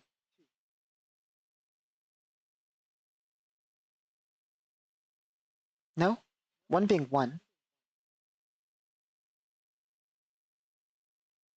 7 being 7. And 8 being 10. Strange, but that's how it'll do. 7. So there's going to be 7 of them. I suppose we'll round up because even numbers.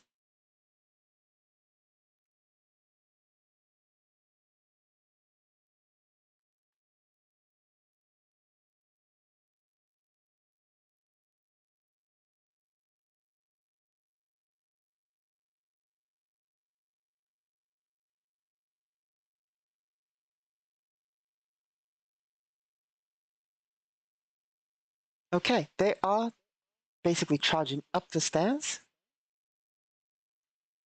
Suppose we should move them here. Because they have, technically,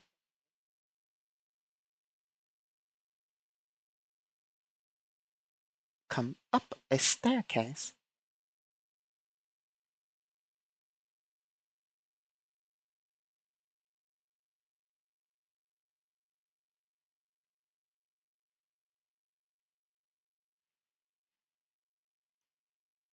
Okay, here we are.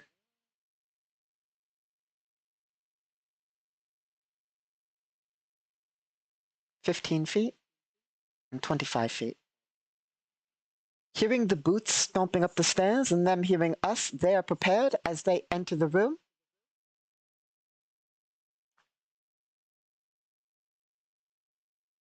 Let us roll initiative.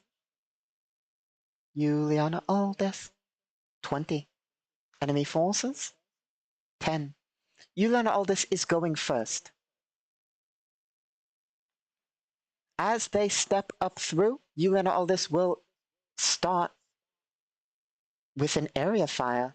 She can't hit in there, but she can hit 2 of them with an area fire. So that's what she will do. This is a roll against the DC 10, but their armor matters. We do AFI a bit different than D20 Modern. 10.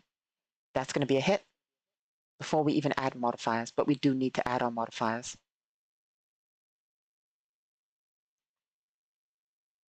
We have a neat area fire system.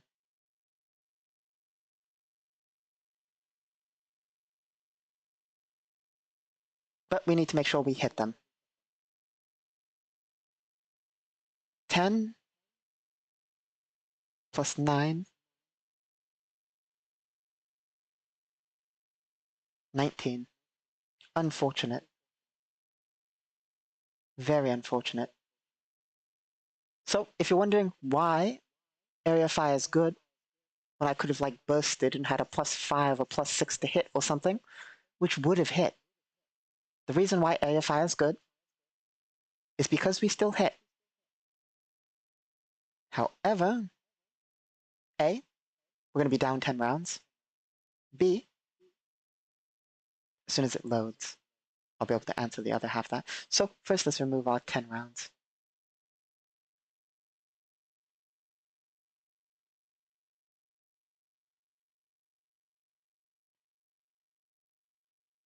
That would be here. What's loaded? Standard, unfortunate.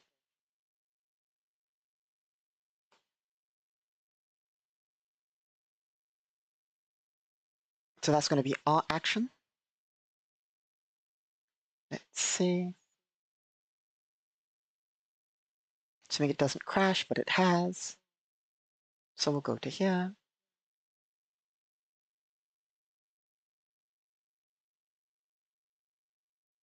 The defense is 10, fires 10 shots. They don't get a reflex, by the way. Unlike normal, there's no reflex or anything like that involved with not getting shot here. Unless they have acceptable cover. They don't. Therefore, the attack is made against AC. Any hit does full damage, and as we rolled above 10, we're doing half damage. There's no damage benefits or modifiers like that, we just do half. So, let's see.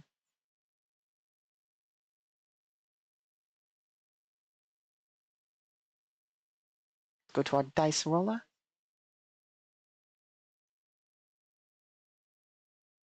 2d10. 10 damage. They have 5 armor. Well, 10 damage minus half. So, let's rephrase that. We do 5 damage. They have 5 DR. As they step out here, you let all this bursts with the rifle. Unfortunately, she doesn't have her armor-piercing rounds loaded in currently. So, the small arms fire misses a lot, scraping, hitting. 10 rounds zip there. They're hit. Their armor absorbs the hit. It's not ideal. They are perfectly fine. They've taken no damage. They're a bit startled. They don't want to take fire. But, you know.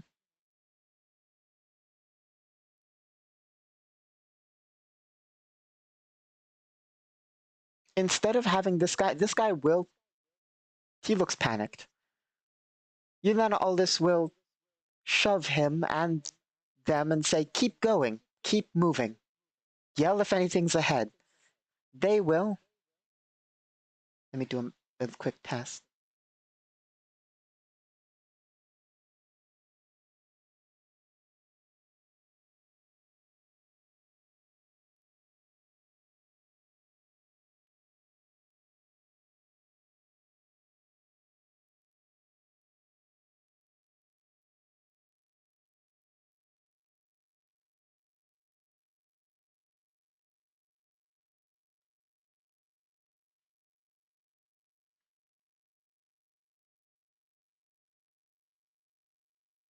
So running upstairs is dangerous. I wouldn't recommend it, so they're not going to move full 60. As technically, it's not running, but basically they can make it up a flight every turn. Technically, they can make it a bit more than up a flight every turn, but we'll say a flight a turn. So they get to that. You land all this shot with a full round, so she can't attack or anything. And it's their move.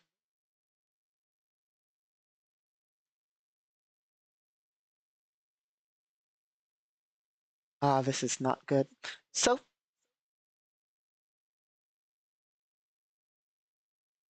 morale. Nobody's dead, so they're gonna have a huge bonus, but if they roll like below 8, perfect. They rolled a 2. So, they do not, basically, they don't rush in. These two, taking fire and rounds zipping through, aren't brave enough.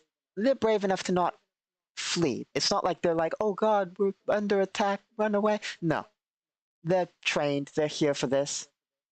But taking rounds, they do decide it is in their best interest to step back into cover and then shoot, as opposed to charging in. So they'll take a few steps back and fire from cover. It's going to be 2 shots, standard shots.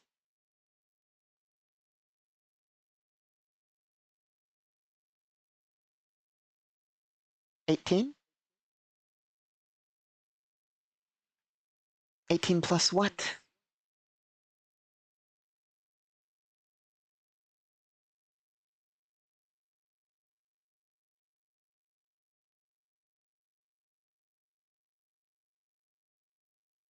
Six. 24.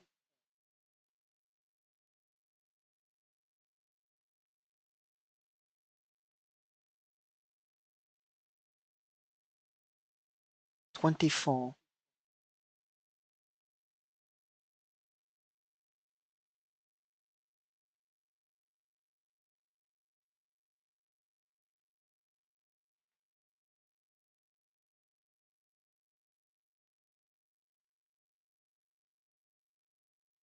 Okay, great news. Our armor catches the round. And the second? Well, the second person now knows, sort of. So he will let out a burst to hit.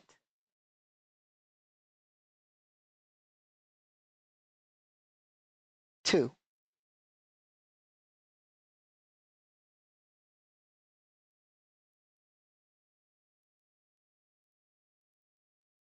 Which is a miss. Even with a burst to hit, that's a miss. Rounds zip across, basically missing or hitting the wall or in front of or behind Juliana Aldous.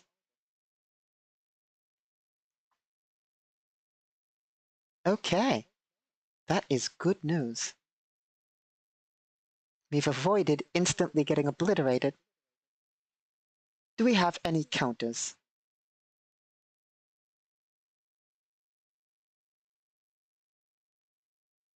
If Juliana Aldous had a grenade right now, we don't, but if we did, this would be over.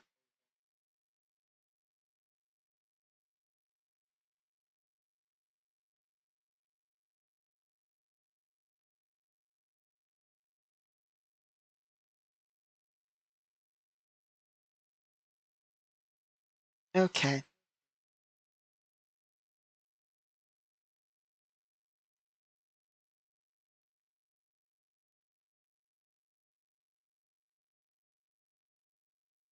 Let me double check one rule real fast.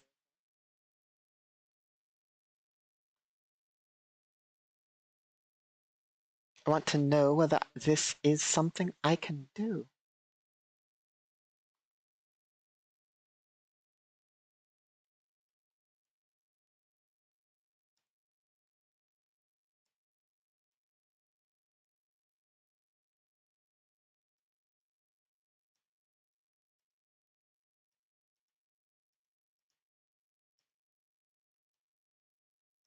Have to find the right section, unfortunately.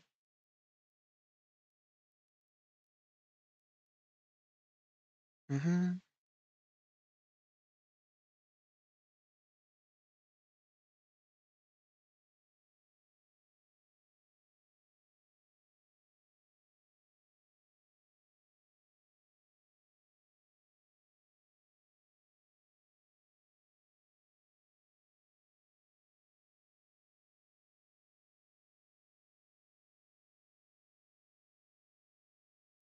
Okay, but how long does it take?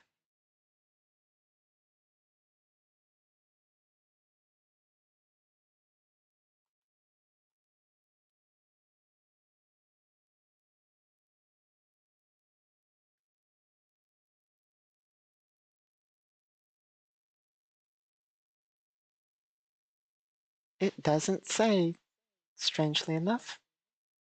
Let us double check.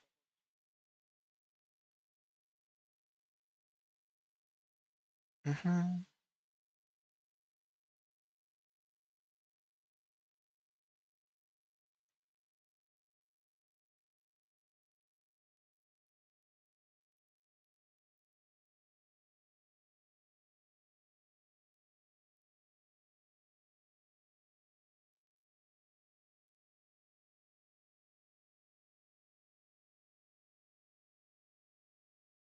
Okay.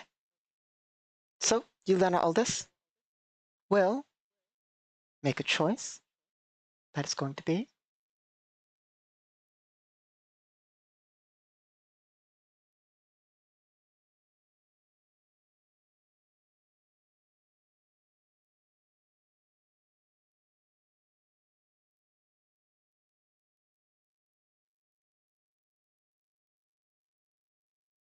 move up the stairs slightly, and then ready action. The moment somebody turns this corner, 10-round burst to damage.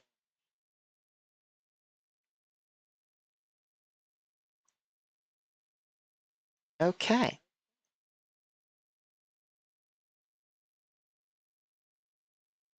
I'm also going to need one more of these.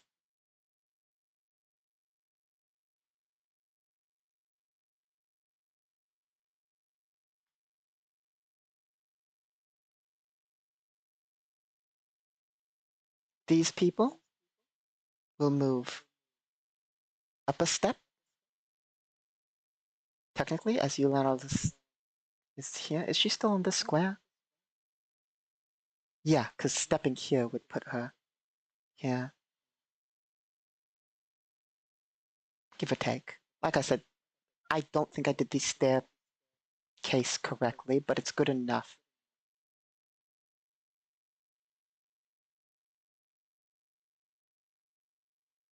Okay, let's move to their turn. So they know that there's somebody up here shooting.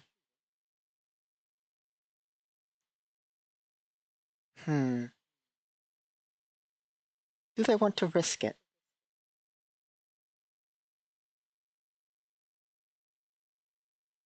Well, we know for a fact they will inform the allies on the roof, who probably already know, that we're on our way.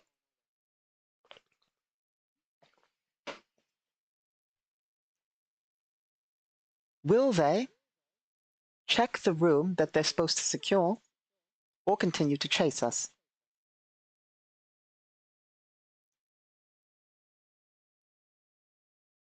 We're going to say it's a -4. The question is, will they check, will they go back?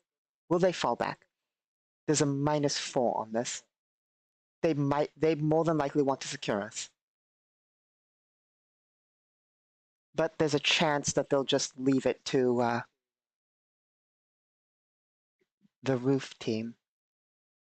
-4, because it's very much likely that they want to deal with us.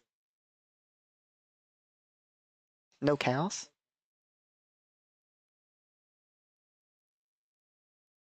15, 11.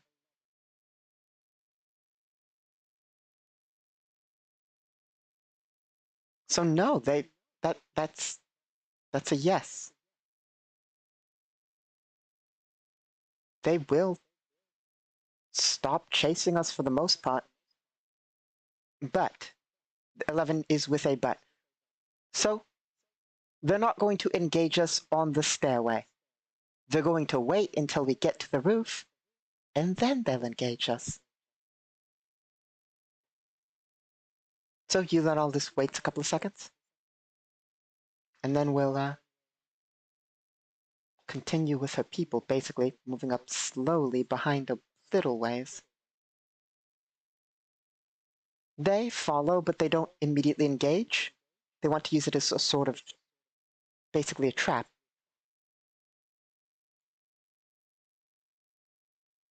And, well, that leads us to the actual roof.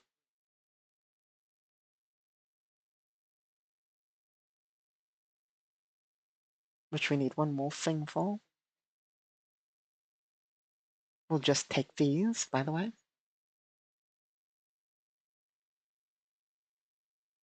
We'll put it here.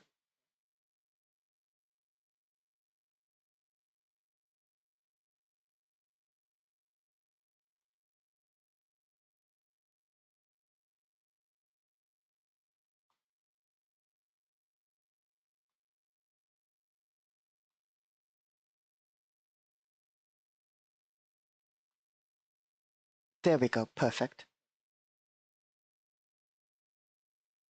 And for this one, grab this.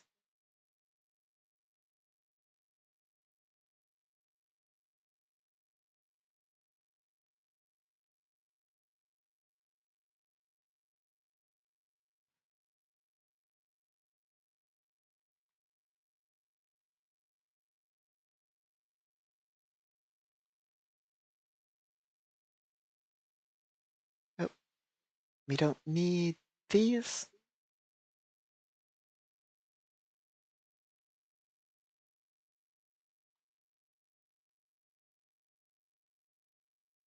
Perfect.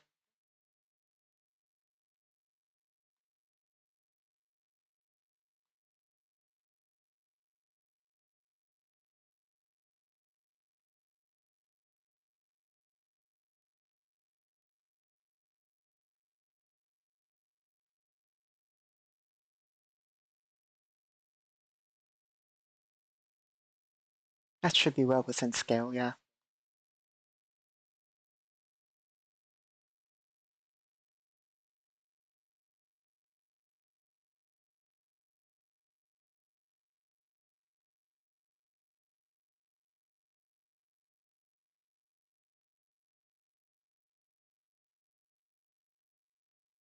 There we go.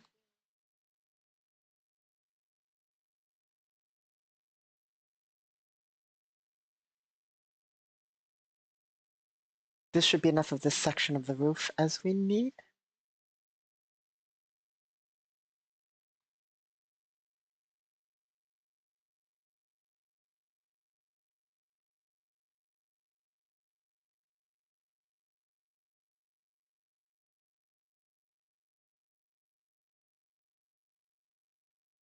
And we do need this because, of course,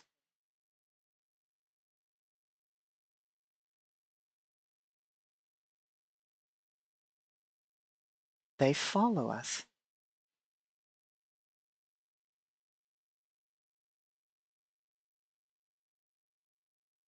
How many of them are on the roof? We're going to roll the d8. 8 is 5. 1 is 2.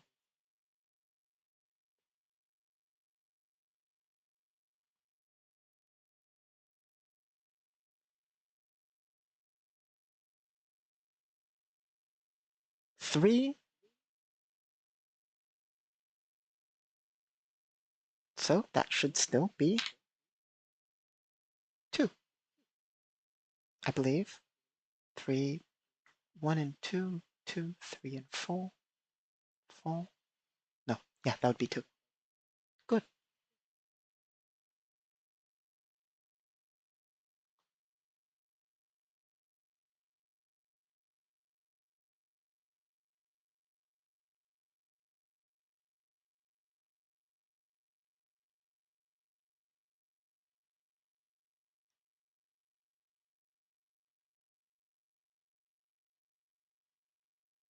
Okay.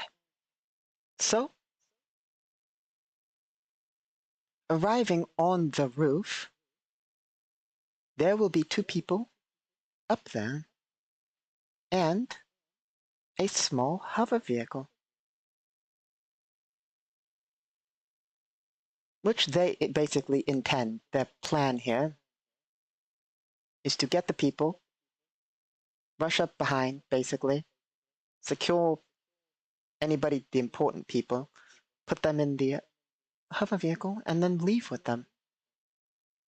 Basically, that's their plan.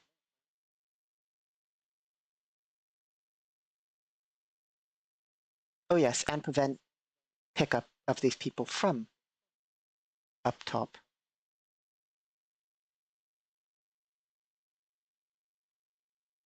So, entering through the door, our 2 people will see. Let's see. Well, initiative. Just to see who acts first. The enemies will be acting first. As the door opens, identifying the first 2 people as guards, the troops will open up. No penalties to hit.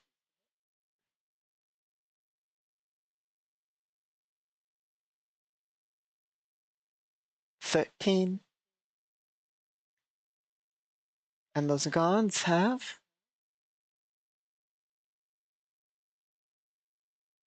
so that's a total of 19 against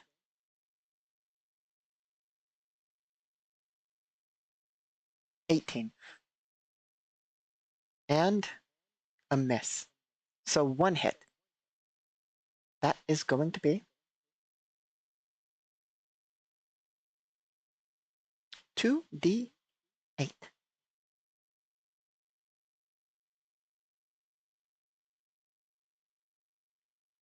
4.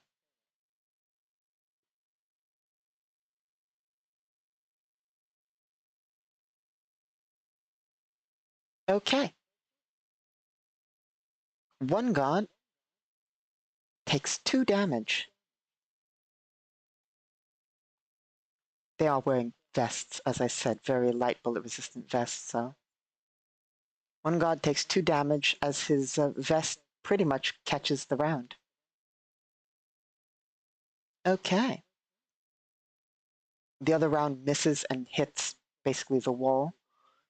They will yell, contact front, and, well, Yulana Aldous will contemplate. Does she hold the back or move forward? Suppose she has to move forward. The goal is to get them onto the roof.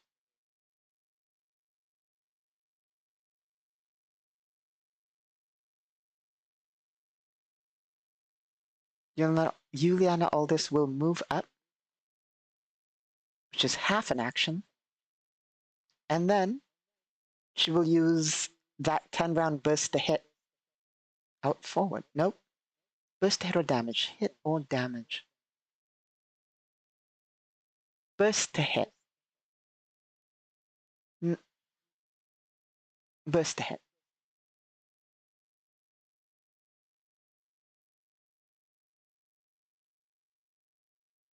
18. That is definitely a hit. 18 plus. I mean, we can double check, but it's a burst to hit, meaning we're going to be getting like a +5 or 6 on that. And the DR is 20, not DR, the AC is like 20 to 21. So that's no matter what a hit. But how much damage does that do?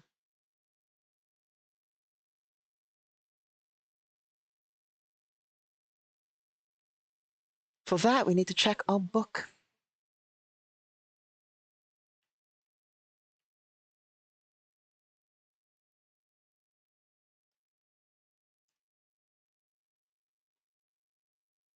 Burst to hit, 10 rounds. 4 to hit plus 2 damage.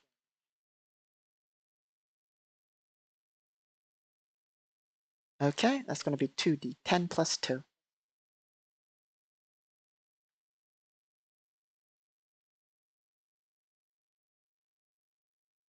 $13. And it's not half damage this time, so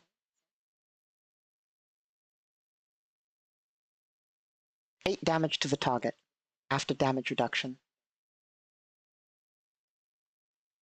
As 10 rounds rip forward from that laser rifle, carving into that poor troop's armor.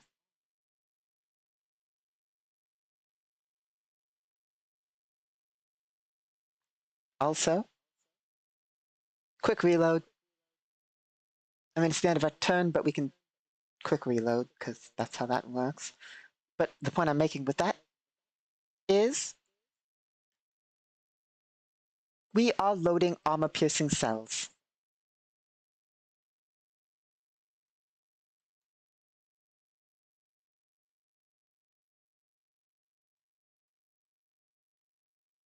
So now we'll carve right through them.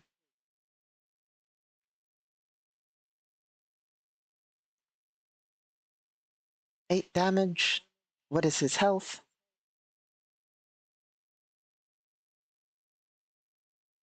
The health of that troop is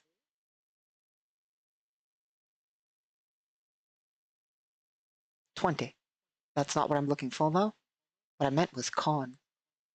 Con is 14, meaning 8 damage forces a wound. It's a half con wound, meaning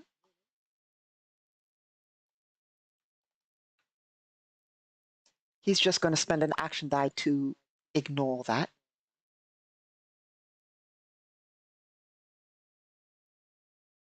Because he doesn't want to risk it.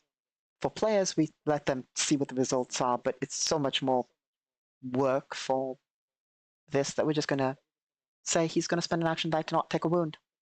Because no matter what, he's going to take a penalty. So, it's 1 action die. Okay, -1 AD. There we are. As he takes fire. Our 2 allies will also fire.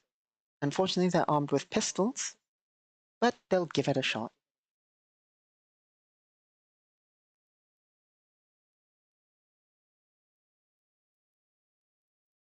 Six plus.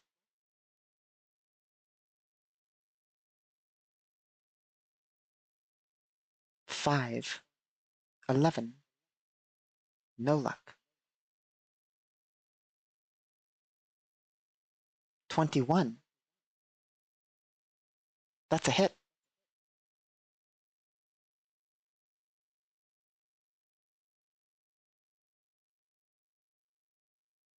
For 5 damage. So you know how I said armor helps? The round rips into the target and just, well, the bullet being a small arms, it just sparks off the armor. I mean, he's probably not feeling well. Technically, it was equal to his DR. So we ignore this. But it's a rule that, it's not really a rule. It's basically an option. It's an optional rule that only applies if things are important. We rarely use it because it rarely matters. Technically, as it's over half of his damage reduction, he takes 1 non-lethal damage. He would have to take a lot of that for it to ever matter. But, you know, it hurts, basically. It doesn't do anything really important, though.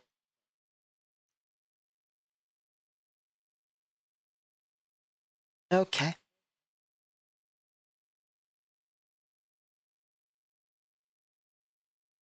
Unfortunately, well, I did say we would go for longer than usual. We have gone for later than usual. And as much as I really, really wanted to at least get the roof section done, we'll have to save it. Besides, I was supposed to get coffee. I planned on getting coffee and then continuing, but I didn't get coffee when I was supposed to because we were in the middle of things. And then we ran for later than usual, so we'll call it here. Unfortunately, right in the middle of a battle. World Building Wednesday, we'll build with bits of lore. We might work a bit on this map, prepare some things. What else is there? News on Tuesday. Our conscripts will get it prepared this time. Then World Building Wednesday. And then Friday we continue this. Let's award some XP.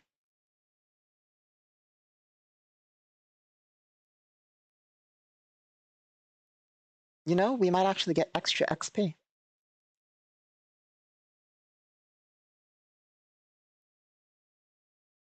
Not like extra. What I mean by that is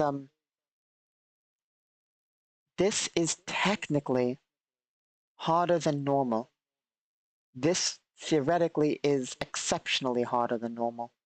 It's not impossible, but it's very hard.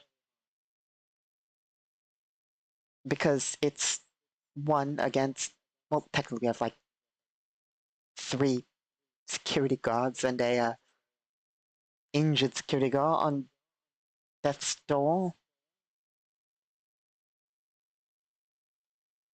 But there's also 10 troops in combat armor. So, you know, we'll say it is very hard, which is going to be 4 XP. That's all we need to level up, by the way. But we also get interaction to event. Yes. Thinking, even if our plan was terrible, we did a lot of planning it anyway. So that's an additional one. We did RPR character. At least we didn't have too much of an event, but we did do some of that. So that's an additional one. It's going to be 1, 2, 3. No bonus or penalty for difficulty. Story is sort of progressing.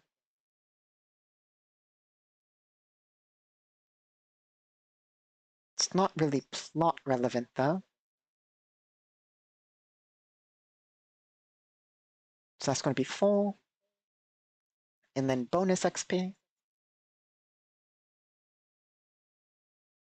5. So we level up and then have 9 HP left over. Not HP. EXP.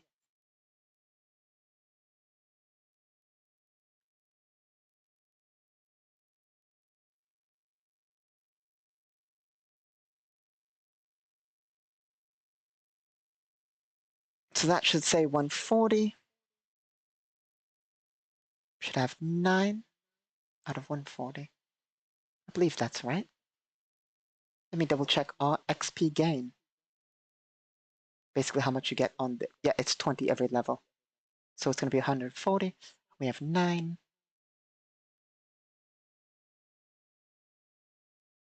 going to make a note that we're going to go to 6.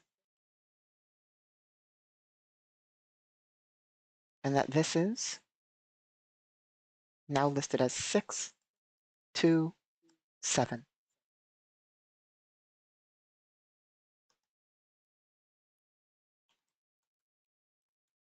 I suppose that's what we'll do World Building Wednesday. We will definitely be leveling up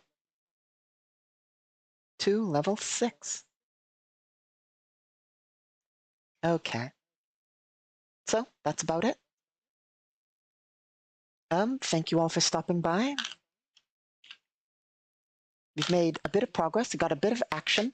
And I'm pretty sure the action will pick up next time, as we're going to be in a firefight, and then we'll have to escort some trucks, likely also in a firefight. So we'll see how that goes. And then we got another action mission after that where we got to intimidate a person and probably get in a fight there. We'll see how it all goes. Thank you all for stopping by. As always, I've been your host, Casimir Basilius, Lord of the Grand Empire. Well, a lord in the Grand Empire. Yes. I hope you have a wonderful day.